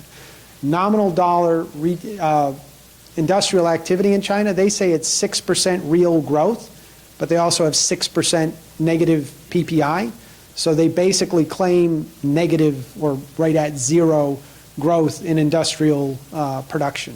In fact, their industrial revenues, they just reported, I think, yesterday at 1%. So they know that there's no money in that sector. The trick is that in their tertiary sector, their services and consumer sector, which they claim is now 50% of GDP, you've got 11.2% growth in retail sales and about a 1% CPI. So they're claiming something like 10% nominal growth in half their economy and 0% nominal growth in the other half of their economy, which gives you a nice fat 5, and then apply a negative deflator to that, and you've got 6% growth. And the numbers actually kind of make sense. And if you think that they're at 6% nominal growth, you'd think that they would have 6% growth in revenues, and they seem to have, tax revenues, and they seem to have about 6% growth in tax revenues. So I'm not against the Chinese numbers. I think that their numbers might actually be relatively illustrative of their economy. But a lot like the United States and the bifurcation between gas and the rest of the economy, the consumer economy is doing really well in China because you can't lay people off. You're not allowed to. I mean, the profit margins were negative a year ago, and they're negative by more this year because firms that are losing money hand over fist are still not allowed to lay anybody off. So the party wakes up every day and says, how do I keep the party in power? And the way you keep the party in power is you don't let the pain go down to the guy at the bottom. You leave the pain at the top. And that's why I say there's a war going on in China at the top. Essentially, you're picking large sections of the wealthy in China, and you're stripping them of all of their wealth. Anybody who was associated with Bo Xilai and Chongqing, anybody who was associated with Zhou and Sichuan province, anybody from Shanxi province and coal, anybody in railroads, anybody in telecommunications, anybody in oil and gas. I mean, that's a lot of money. I mean, you add up all those sectors together. And then what do you do with that money once you've taken it away from them? Well, you allocate it to other folks who are on the team, who do what is expected of them. You would think that this corruption campaign, which started the recession back in 2014, basically Xi Jinping started this corruption campaign in early 2014. By the middle of 2014, they realized they had a serious problem because the way you do business in China is you go to an official and you grease his palm and you ask him what to do. And when you couldn't ask that question, or even if you greased his palm, he couldn't answer you because he was more worried about keeping what he'd stolen over the last 10 years than what he was going to get over the next couple. I mean, very seriously, people disappear in China in large numbers, and so these guys got really scared. So the economy basically ground to a halt. And that's when they started increasingly strong increments of stimulus, lowering interest rates, lowering reserve requirements, targeting monetary policy, targeting fiscal programs, more railways, more subways, more highways, more, of all kinds of things. That's fiscal stimulus, more reforms, easier access to credit, allowing state and local governments to refinance virtually 100% of their debt. The state and local governments are now going to be allowed to issue bonds which will be bought by the banks that used to lend the money to the state and local government. So it's not that there's any new money. It's just that it's in the public eye through the bond market rather than simply than behind closed doors at the bank. And that process will allow them to cut their interest rates by about 50%, from about 8% to about 4%. But you can carry a hell of a lot of debt at a 50% lower interest rate. You can carry about 200% more debt at a 50% lower interest rate. So I don't worry about debt in China. I never really worried about debt in China because the consumer sector in China has very low debt, about 35% of GDP, which is extremely low by international standards. Even the government has relatively low debt. The problem in China is corporate debt or business debt, which is about 120% of GDP, much higher than everybody else. There's no such thing as a business in China which does not belong to the party, that does not belong to the government. So I just view that as sovereign, and I add it to the state and local debt, and it's a high number, but it's not high by international standards. And there's nobody else on the planet who can lower their interest rates as dramatically as the Chinese. But you can see their attitude towards debt. This was post-Lehman, when they stimulated like crazy in order not to go into recession. And then they lowered the amount of debt. Now, this is an absolute number, so this is still a growth rate relative to GDP, but it's obviously a slowing growth rate relative to GDP because the economy is getting bigger in here and the debt level is getting lower. This is 2012. This is the last year of Hu Jintao and Wen Jiabao, and they bought themselves an exit. And the new leaders basically allowed them to buy themselves an exit. And they've been paying for it ever since with increasingly tight controls on credit. Now, we all know that the Chinese can either control their interest rate or their exchange rate or have to close their capital markets. And this is an argument I've been having with my boss a lot lately because the choice is close their capital markets. It has become increasingly difficult to get dollars out of China. About 2 years ago, you could get an individual could legally get $50,000 a year out in dollars. He could borrow, he could go to the bank, get dollars, and get them out of the country. You could get everybody in this room to give you $50,000, and you could get it all out in one chunk, and you grease them all like $1,000 to get your money out, and that was the way you did it. That's how you got millions and millions out. Well, now you can only get your $50,000 out, and they're doling it out month by month. So you're getting like $3,000, $4,000, $5,000. And if you go back too often and ask, you get asked to drink tea with an official. You don't want to drink tea with an official in China. China had two really big problems that caused the recession. One was the real estate market, which was declining at the bottom at a production and output growth rate of about negative 30%. So the key here is looking at floor space. You can see that the growth rate on floor space sold is about 7.4%. They're not making anymore. They're just selling the 7.4, and mostly in the East, and the East is about half of it. And the price has gone up 15% versus 7.4, so you're about an 8% growth rate, and in the East it's about 10%. And then it goes down, so in the western section it's the worst, where you still have vast oversupply of housing. But the point is, prices are starting to go up for real estate, so the bottom looks like it's in real estate in China. Not that they're ever going to produce more, just that, you know, falling 30% was bad, falling 30% going to zero feels a whole lot better, and that's kind of where they are. And then the second area where they had a lot of problems was trade. Now, real estate was about 15% of GDP at the peak. It's down to about 7.5% now. Trade was about 16%, net trade was about 16%, about 40% exports and 25% imports, nets you out to about 15, 16% net exports. And their exports are down, they're negative, you know, they're zero, they're negative, their exports are negative. You got a negative on 40% of GDP, that's a problem. Except their imports are negative 15. And that's because these are nominal numbers and prices are falling about 15% to the Chinese. So their trade surplus in nominal terms has doubled since 2014. It hasn't risen that much recently. The last month was up here at about 600. So that spike, and then it came back. But, you know, countries that run $600 billion trade surpluses on a $10 trillion economy, 6% of GDP, they don't have recessions. They don't have problems. They don't have currency crises because they're importing 6% of GDP in dollars every month. Now, China's got an outflow of about $1 trillion in the last year. At least that's how much money left the foreign reserves.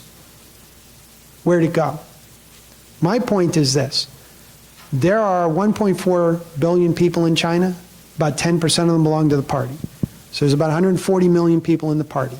The top 1% of the party, 1.4 million people, they are rich beyond the wildest dreams of Croesus. Okay? If they all wanted to get $1 million out because they thought that there was trouble in China, 1.4 million times 1 million is $1.4 trillion. That's about what happened last year. So maybe that's what's going on. Where'd the money go? 1.4 trillion shows up. We know that foreign reserves are down $1 trillion in China. Where are they up $1 trillion? They're not. Hong Kong's up 30 billion. That's the main place it would go, right? Australia's not up. New Zealand's not up. That's where it would go. Oh, it's all in real estate in Vancouver, and yet, come on, $1 trillion. You're a housing guy. How much is $1 trillion in the housing market?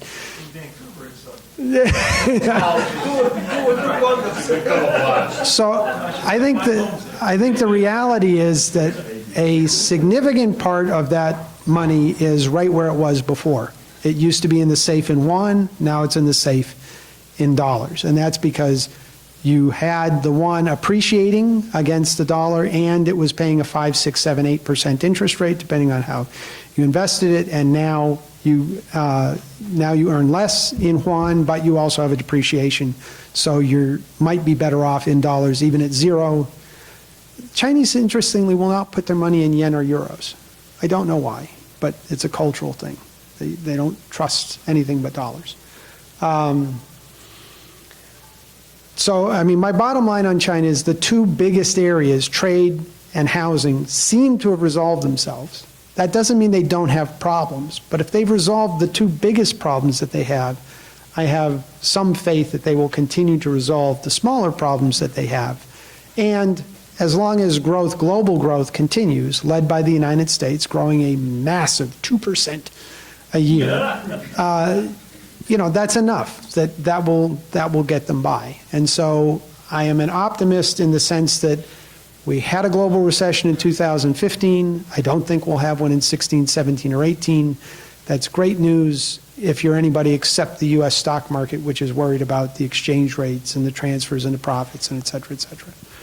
That's my story, and I'm sticking to it. Thank you very much.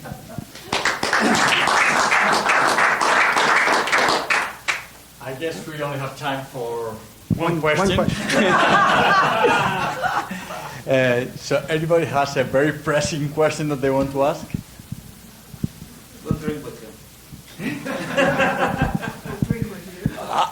I really have a question. Okay. You're talking about a decline of, we know they're closing the steel mills. We know they're closing all of this manufacturing. And you're saying there's not an unemployment problem. They're not building any more buildings. Where is all these people?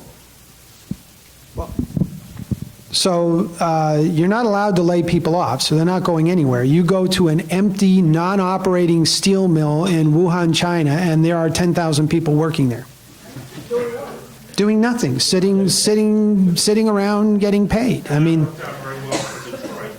I did not say there were not problems with the system, but I mean, it's essentially, so they're there and they're employed instead of they're unemployed and they're collecting unemployment insurance. There is no unemployment insurance in China. So this is their form of unemployment insurance. And I would just add one thing with regard to your presentation. You talked about the fall off in manufacturing in the U.S. being largely the energy challenges. Sector. A lot of that also, I think even more than the energy, was the strengthening currency, which really hurt our ability of exporting. Well, and it's hurting China, too, because they're the only other country that really hasn't significantly devalued. That's why I look at that yuan dollar exchange rate.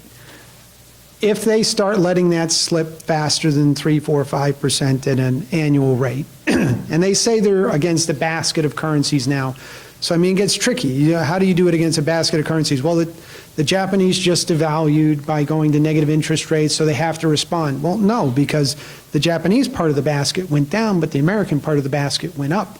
And it depends on the relative weights, which way you go, et cetera, et cetera. So, I mean, I expect a grind lower in the Chinese yuan. They actually like a strong yuan because it gives them the ability to buy things outside the country with their increased buying power. Okay, great. I like the asymmetry. When the U.S.